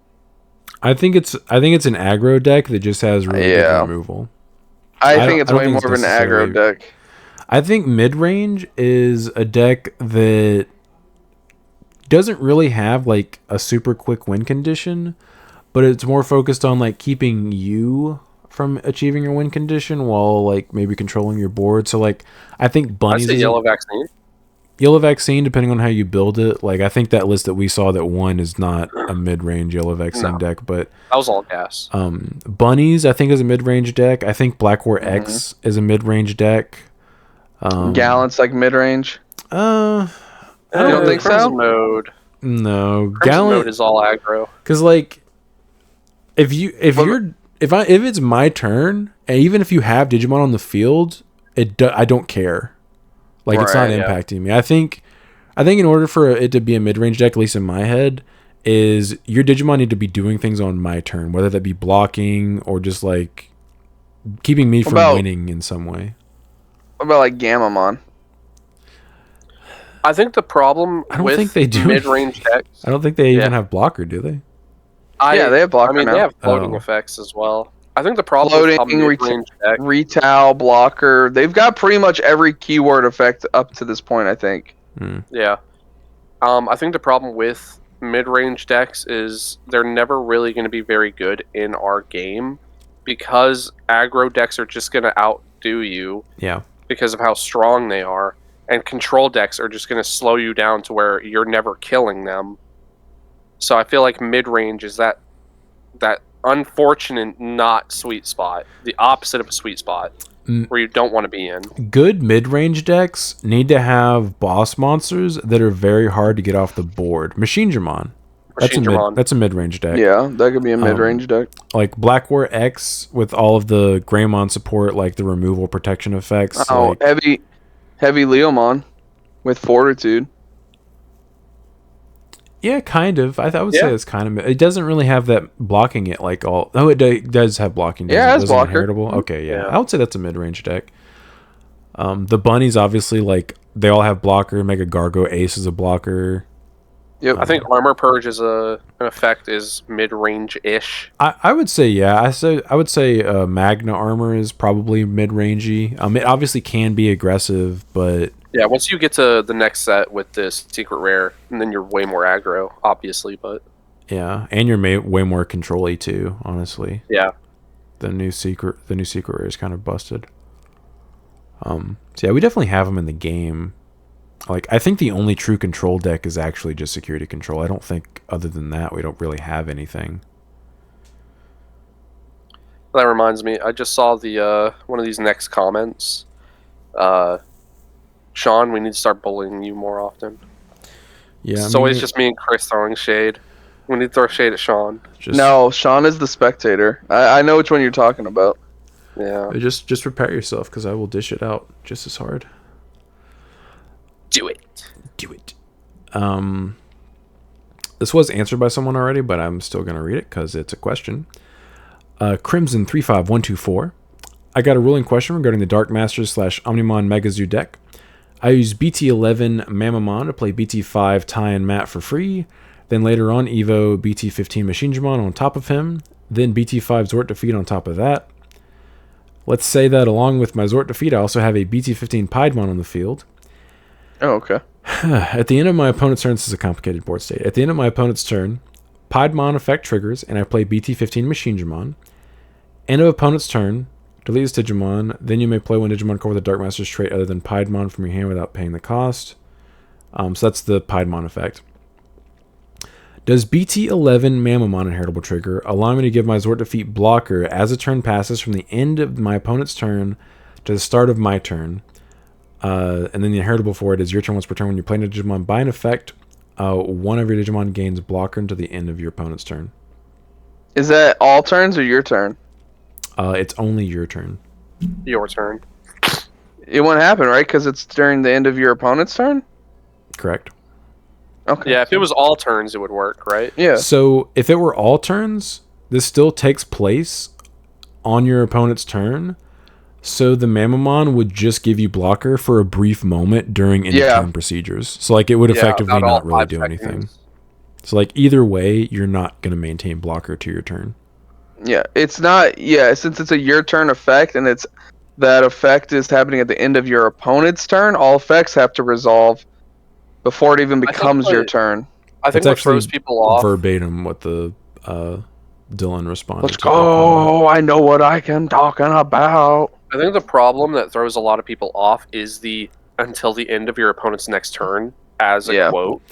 Because people see that and think it means Yeah, it means the all next of your turn. and They then the following turn. that and the confusion with end of turn procedures. Like people think it's some kind of like shadow realm where it's technically your turn as well as your opponent's, but it's just like it's not. It's still your opponent's turn. Yeah, your turn doesn't start until your turn officially starts. Yeah, end of opponent's turn is still your opponent's turn.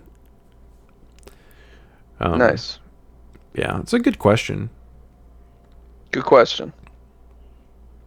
Hey, good question. Good question. Good question. Oh my god, this guy, dude. All right, so 35124 asks question. Nice. For each color, what are decks that you think are good but just don't see representation similar to Ruin Mode? Greymon. So a color, every color. Greymon in every color. So we have to pick a color and then a deck that's in that color that you feel is like underrepresented. Yes. All right. Well, for blue, it's Melga. I don't know. Yeah, just get better at building it, I guess. Guys, come on. I would agree with that. It's just because people are still on the Mirage bandwagon. They don't know how to build Melga. I've seen all the deck profiles. All of them are bad. I think Melga loses to Numamon, though. Give me green and Sectoids. I mean, that's not even. Let me reread the question just to make sure that we're answering. What are decks that we think are good but just don't see representation? Just don't see representation. Tyranno. No. What are decks that we think are good? Be serious. Be for real. I think purple is real easy. It's Beelzemon. We've been on that train for a while. It's underrepresented and it's very good. Yeah, and Ben proved when that it rolls, by coming in 13th. Rolls. What about an underrepresented red deck? BT12 Raid War? I would agree. It has a really good matchup into Devas, which if that starts seeing more and more play, like that matchup's almost free. With Raid War Gray. The problem is I can't even think of a black deck. I could say Machine Dramon, but story of the game. Yeah, I would say Machine Dramon, but it's like I think it's an okay deck. I don't think it's really good right now. Yeah, Machine Dramon has an issue. I think Numamon just like dumpsters on you. I think Numamon is so aggressive and goes so wide that I don't think you can keep up. Like I think they just kill you before you really get a chance to set up. Yeah. Not to mention they have access to Digivolve, which is pretty strong. True. Yep. That does dumpster Machine Dramon. So for green, probably. I mean, they only have one option, right? And that's Bloom. Basically. And it's just underrepresented. I mean, you could say heavy Leomon for green or black. We just saw it topped in France. That is true. Yeah, I do think I don't think that deck really has a bad matchup versus a lot of the top decks. I think Numamon might give it some trouble just because it's so fast, but like Mirage kind of dunks on it. Yeah, I think that might Mirage be its issue. Mounts it. Yeah. Okay, it's a good question. What about yellow? Any underrepresented yellow deck? I mean, I think probably yellow vaccine. I just don't see it. I don't see it enough. That's a No, we've good seen deck. it. We've seen it top a couple times. Yeah, I mean, it Yeah, just but won it's that usually one just getting- Ultimate Cup. I would say Ruin Mode's probably the yellow deck. Because that Yeah, you can sees slot that in basically yellow zero or purple. representation. Yeah, but that's just not to mention shine. you're playing the BT. You can't say ruin mode when a bunch of the Shine. decks do play 1 or 2 ruin modes. Yeah, but a deck dedicated about to the Ruin spamming Turbo. Ruin Mode and playing BT2 Shine, that's different. That's shine. Oh, okay. So BT2 shine in general. Yeah. Okay. And I Ruin could see Mode. that. Yeah. Yeah. Yeah. I mean, With ruin mode. Ruin mode's Yeah, a given easily. though. Easily, blue is Melga. That's just straight up. I'd say red is probably just War Greymon strats as is. yeah. Purple's Beelzemon. Green is, I guess, Bloom. No, Bloom is the best green deck, so it's not underrepresented. Then Wait, Rose. green. guess. I'll say green. We could say Rose. We'll say Rose mode. I think it might just be I don't think Rose heavy is good, Leo. though. No, heavy Leomon has to be the black deck. It can be both. Oh, it's gonna be both. Okay. It's Yeah. gonna be both. Yeah, it's a 2-color deck, so it gets both colors. Yeah. No, you know what? Green deck I think is actually underutilized. That I just don't think it sees any play because no one plays it. Is Leopard X. Yeah, because Maybe. it's not that good. It's bad. I don't know, dude. Once you set up your combo and So- you're playing, you could start playing the Deva cards for free and stuff, and like it looks good. It doesn't. I'm not saying it's like great. I'm just saying it looks neat. Leopard X is a good card. The Yes. Leopardmon archetype is not. It's bad. Yeah. Also, I almost forgot. So Gaiomon, I think, is after having like. Okay, so yeah, when Gaiomon, I yeah. originally theorized the deck and put it together, I did not expect it to go so hard in the paint. That deck is real good. No, yeah, I brought it. I played like a very similar list to yours forever ago, and I had a lot of fun with it. Too bad The you didn't know how your effects worked. Yes. The problem was those games where because this is before training cards too. The problem was like if you were missing pieces, it was just like any other Greymon deck. That is the struggle. That is why I lost one round last week whenever I played it. But if you see your line, like it's really it outspeeds other aggressive decks. And it also it also Puts can you on like the back foot super fast. yeah, you immediately have to answer it or you just straight up lose. And it has answers to wide boards, has answers to tall boards. Like I think it's better than War Greymon, like Raid War Grey. Just in the current meta, just because of the answers in it the current has. spot. How do you do against Deva? I'm assuming it's pretty good too, because you play just options that can out it. Yeah, I mean, you have the protection from bouncing and deletion, so like you're not really super concerned. You have access to raid. You have access to de-evo, so like if they've already aced you or just hard evoed into something, you can just de-evo it and gain 4 memory for free. Yeah, so it should be a pretty good matchup for that as well. Yeah. Also, if they have 2 Devas, or if they have 2 Force Sovereigns out, you can Dark Gaia Force, blow up 2 of them, and it's literally free. Literally free. Yeah, you gain 8 memory back. Yeah, it also outspeeds Devas by like a lot. Like I think Devas die before they ever get a chance to do anything like remotely competitive. Because if they give you 7 memory on turn 1, they lose. Yeah. So yeah, I think it actually is really good. It doesn't see representation because it seems like a meme. Like when I put it together, I just put it together because I like Gaiomon. Ended up like working out. It worked very well. Isn't that just a Greymon deck? By technicality. Next question. Man. Good question. Good answer. Random comments. Adaptive reasoning. Okay, I have a question. What is your favorite card that's all or mostly locked in a meh or bad archetype? Like, man, if only this deck got good support, this thing would be cracked. Like, I see this and I want to build a deck around it, even though I know better. Stirs the imagination. Mine is the yellow-black Nightmon promo. This is my question because we all know it's Rust Tyrannomon. Boom. There we go. So, he said specific card? Rust Tyrannomon Ace, Rust Tyrannomon from BT1, Rust Tyrannomon in general. But, like... Tell me why the best Tyrannomon card isn't in its own archetype. I mean, you could It's in play it Luga. there. Yeah. You can't. It's red purple. It's lame. I don't know if you could give it enough support to make either of the Rusties good, though. Could you? I Just know. give it like a new Taiga that kind of acts like the Yuya for Black War. Yeah, Where it just gives give it like That some sort of actually, yeah. protection. give it anything. give it anything. literally anything. Give it some form. Why? Okay, you know what we do? We take it out of green, and we put it in anything but black. I was gonna say it's gonna be black.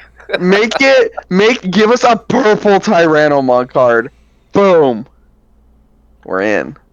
We're in. Yeah. What's We yours, already know what Brian? Sean's answers is, so I'm just gonna speak for him. It's Lord Nightmon. Dork Nightmon? I agree. Yeah, so it's funny because it's kind of similar because obviously Adaptive Reasoning said the Yellow-Black Nightmon promo, which is Yeah. a Lord Nightmon card.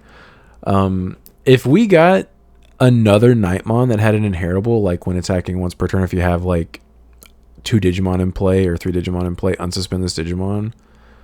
Like if you could swing twice with BT5 Lord Nightmon consistently without having to play options, that'd be so good.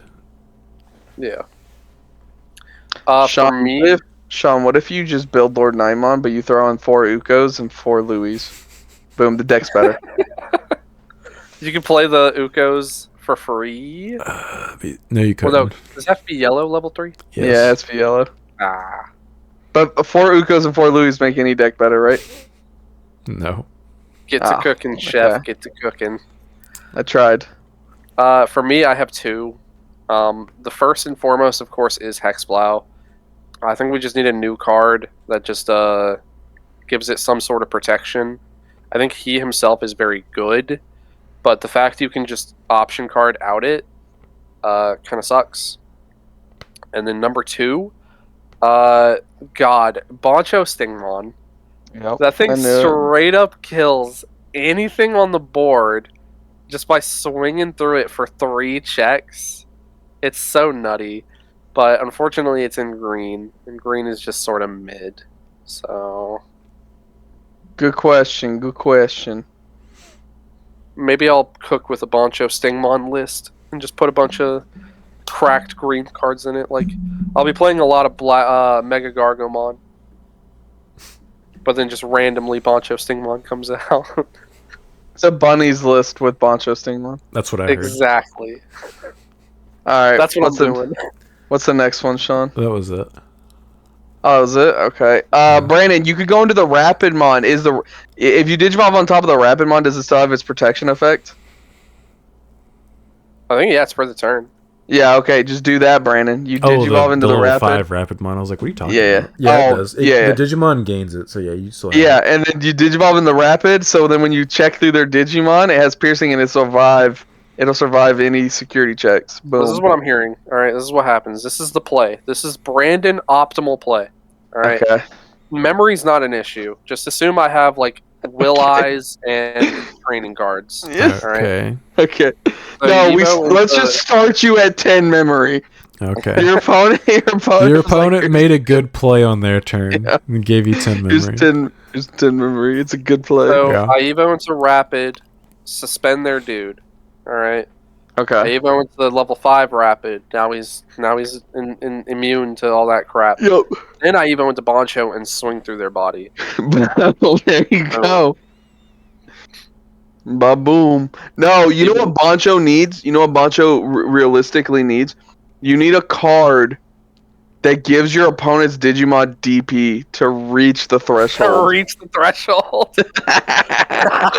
You need an inheritable. You need like a level 5 that's like on Digivolve, give your opponent's Digimon this much DP, and then its inheritable is when attacking, give your opponent's Digimon this much DP. That's so bad. All of your opponent's Digimon gain DP. That's No, Sean, that is so you gotta have. bad. It's gotta be like a ridiculous amount too, so you can even do it to like lower level Digimon. I'm talking like It would have 5K. it would Like 5K. it would have to have a secondary effect that was like broken for it to just give your opponent DP like that. Oh God! Listen, I still have like so many good memories of playing Boncho Yes. and just absolutely dugging on people who don't know it's coming. Like, there was one week, Taryn, I know you listened to this. He brought Diaboromon, Mm-hmm. and I just promoted and activated Dimension Scissor, and just went... Just turboed through his tokens. Turbo through his tokens, because I had the inheritable. Every time I swung, I suspended something. So he already had a suspended body on the board, so I went, alright, swing here first, suspend the one next to it, and then I just went doop, doop, doop, doop, doop, doop, doop, doop, doop. It's so bad. It was so funny. The thing is, it wasn't even Boncho that I did it with, it was Grand Quagga. Grand, yeah. Oh my god. That's funny. That's The great. original Grand Quagga. The 4 cost to Evo one that was like 15k Yep. on your turn. Yeah, he gave himself like an extra 5 or 6 KDP, making him 16 during your Dog. turn. If I got wombo comboed by that Grand Quagga, I would quit playing Digimon. I'm pretty sure Taryn just about thought about it. He probably did. I remember that week because I remember him like being just like, what the F after that Yeah. round and talking about it. And I was like, dude, what happened? He's like, Dimension Scissor and You just... got duggied on. I just kept turning my card sideways. God. It was so funny. So, That's It's like- awesome. Like, Sean, I know you have the similar dopamine rush of your opponent just having a wide board and you're just sitting there with your BT2 Black War Greymon and Raid is an inheritable and you're just like, yes. but we learned that doesn't work. Wow. Yeah, we learned How that does doesn't not work. Yeah, explain that to me. So you're not declaring an attack on that Digimon. You're just changing the attack Oh. to that Digimon, the attack target to that Digimon. So it doesn't Yeah, it doesn't Sean. trigger his effect. Sean explained this to me a couple days ago, maybe last week, and I was so upset. And he's like, I was like, you still haven't bought the deck? And he goes, well, Well, the wow. thing actually, is it just straight doesn't up work. Doesn't is happen. cheating if you try to do it that way. Yeah, so So what I'm hearing is you need to play BT2 Black War Greymon and Dimension Scissor. Yeah, unfortunately, Okay, like that's besides BT8 metal, that's like one of the only ways that you could clear your opponent's board is by playing green stuff to suspend their stuff. Crazy. But that's the reason why I've never played it. So Sean, they gave you enough water last night? So I ordered a diet lemonade with no ice, What the hell? and I didn't realize it until I started eating my food. They gave me a mellow yellow. Because I wasn't even fully sure of it until I was like halfway done with it. Because I started drinking, because I don't order that very often. I started drinking it and I was like, I don't remember the hell is I don't remember this this? being carbonated. Like, is there something wrong with my memory? And then about halfway through, I was like, you know what? I'm pretty sure this is a mellow yellow. And they just You're gave me just the wrong gaslighting drink. yourself Yeah. into thinking it's lemonade. Yeah, I You was need like, to this is stop going to carbonated this lemonade. I told you, Whataburger is mid. I'm telling you. It's They good, can't dude. even I get like your- it. They can't even Comment get your section. drink right.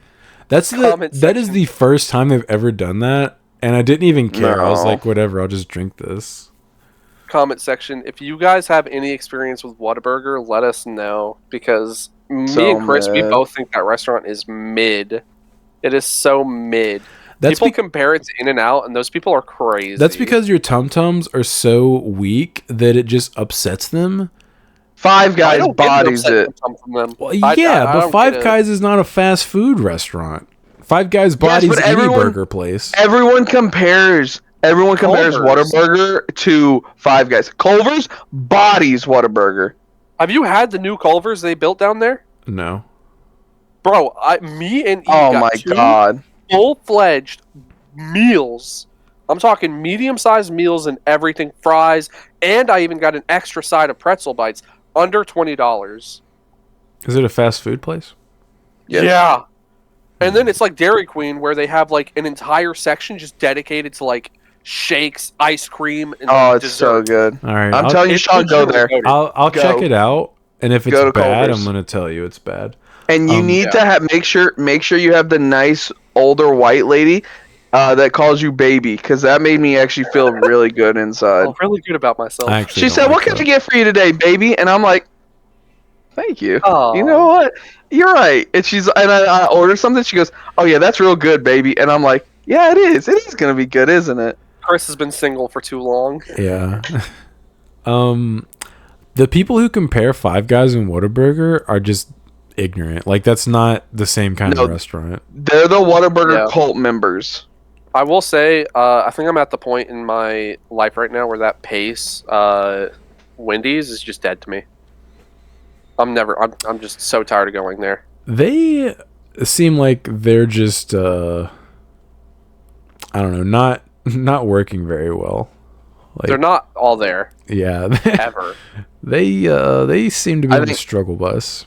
I think it's just you, Brandon, because but you probably have also been there way more than me. The couple times I've gone there, I've never had a problem. But again, that was with you, It's and you never always seem to have your order wrong. Yeah, it's never like a consistent issue of like, oh, my order's made wrong or anything like that. It's just a consistent issue of quality. Like, I don't think I've had a fresh fry from there ever. Like, I don't think I've had a fresh burger from there ever. Again, I've only been there like at breakfast with you like twice. Like, the last time I went and got some spicy chicken nuggies, because those things are goated, That was your They were, fault. like, that was your borderline problem. crunchy. Yeah, because guess what? You know, Brandon, we literally worked at Wendy's. You know how long those spicy nuggets have probably been sitting there. Yeah, I'd rather them pull us and cook better stuff, but then they pulled us and we still didn't get better stuff, and I was like, That's the worst. why did I sit in this parking lot for over 10 minutes waiting for my Yup. food and none of it's fresh? If they pull you and then your food still sucks, that's a That's a problem. death mark for me. I'm never going. Yeah. I'll go to the Milton one, and I don't know if you guys know this. There was a kid who bathed in that sink. That happened. That was like a national thing. It did go national. That was us. So, I don't go to Wendy's very often, but Emily likes it. No. So we went to that Wendy's like The pace one. a week or two ago, and we got pulled, and a girl came out and she asked us what we had, and My god. and I answered her, and How does that happen? then she responded with what she had in the bag, and I was like, we ordered this, and she's like, this, and I was like, this. No. And then she just handed me the bag and then turned around and went inside. And we went through the bag and it's like super not what we ordered. So we went back around. It was like $30 worth of food. And we went back around and we were like, hey, we didn't get our order. Like, we got the wrong order. And they just gave us what we ordered and we just kept the order that we got. So we got like an extra like $30 worth of food for no reason. Once they hand you somebody else's food, you just have to keep it, because they're not going to take it back because they can't give it out to the next customer. They don't know what you did to the food. Yeah, but I mean, The fact you told them this isn't my food, and they were like, "This is your food." yeah, because she was like this, and I was like, we ordered this, and she was like this, and I was like, we ordered That's this. not it. And she turned around as like she like was like looking back at the store and like just put the bag in the window and like handed it to me, and I was like, is this what we ordered? And we looked through it, and I was like, no, this is not it. That reminds me of the horror story of the one time I went to the. Oh, here we Milton go. Burger King. Here we go with the Burger King story. So, I just got off work, and I had to drive all the way from Crestview to here. So it's like a 45 to an hour drive. And I go to the Burger King because I'm like, I'm starving. I didn't get anything before I left. I'm just going to grab something here. Super simple order. I'm talking, I got some chicken nuggies because back in those days they had the 10-piece for $1. Sick. I got some chicken sammies and some french fries. No drink or anything like that. Super simple order. Mhm. Right? The only thing specified about my order is plain chicken sandwiches with some cheese added, because I'm a basic person. So they have to pull me. Now notice the person taking my order, very nice, very enjoyable, like no problems there. My order was ringing correctly. My entire drive-through experience was perfect. So they pull me forward because they're like, hey, we're cooking some chicken nuggets fresh. And I was like, bet. So I pull forward. Now, if you remember how that building is set up, the door is like right here and the drive-through is right here. So they have to come through this door to get to your car. Mhm. So I don't know if this was just a random person, maybe this was their day off and they just happened to be at the store and they told them to bring me my food, or if this person who brought me my food was just on some kind of drugs. Because were they wearing a uniform? I couldn't tell because they were wearing a hoodie. So if they were in a uniform, I don't know. They had the hat on, so I'm assuming. Okay, so they just were wearing a hoodie over their uniform. Yeah, but they're like, their actions from this point on, so bizarre. So they open the little side door and start tiptoeing while fully outstretched my food. Now notice, this is a good 15 to 20 feet. Mm-hmm. And they're tiptoeing, taking the smallest baby steps imaginable while fully outstretching my food. Maybe they just couldn't stand the smell.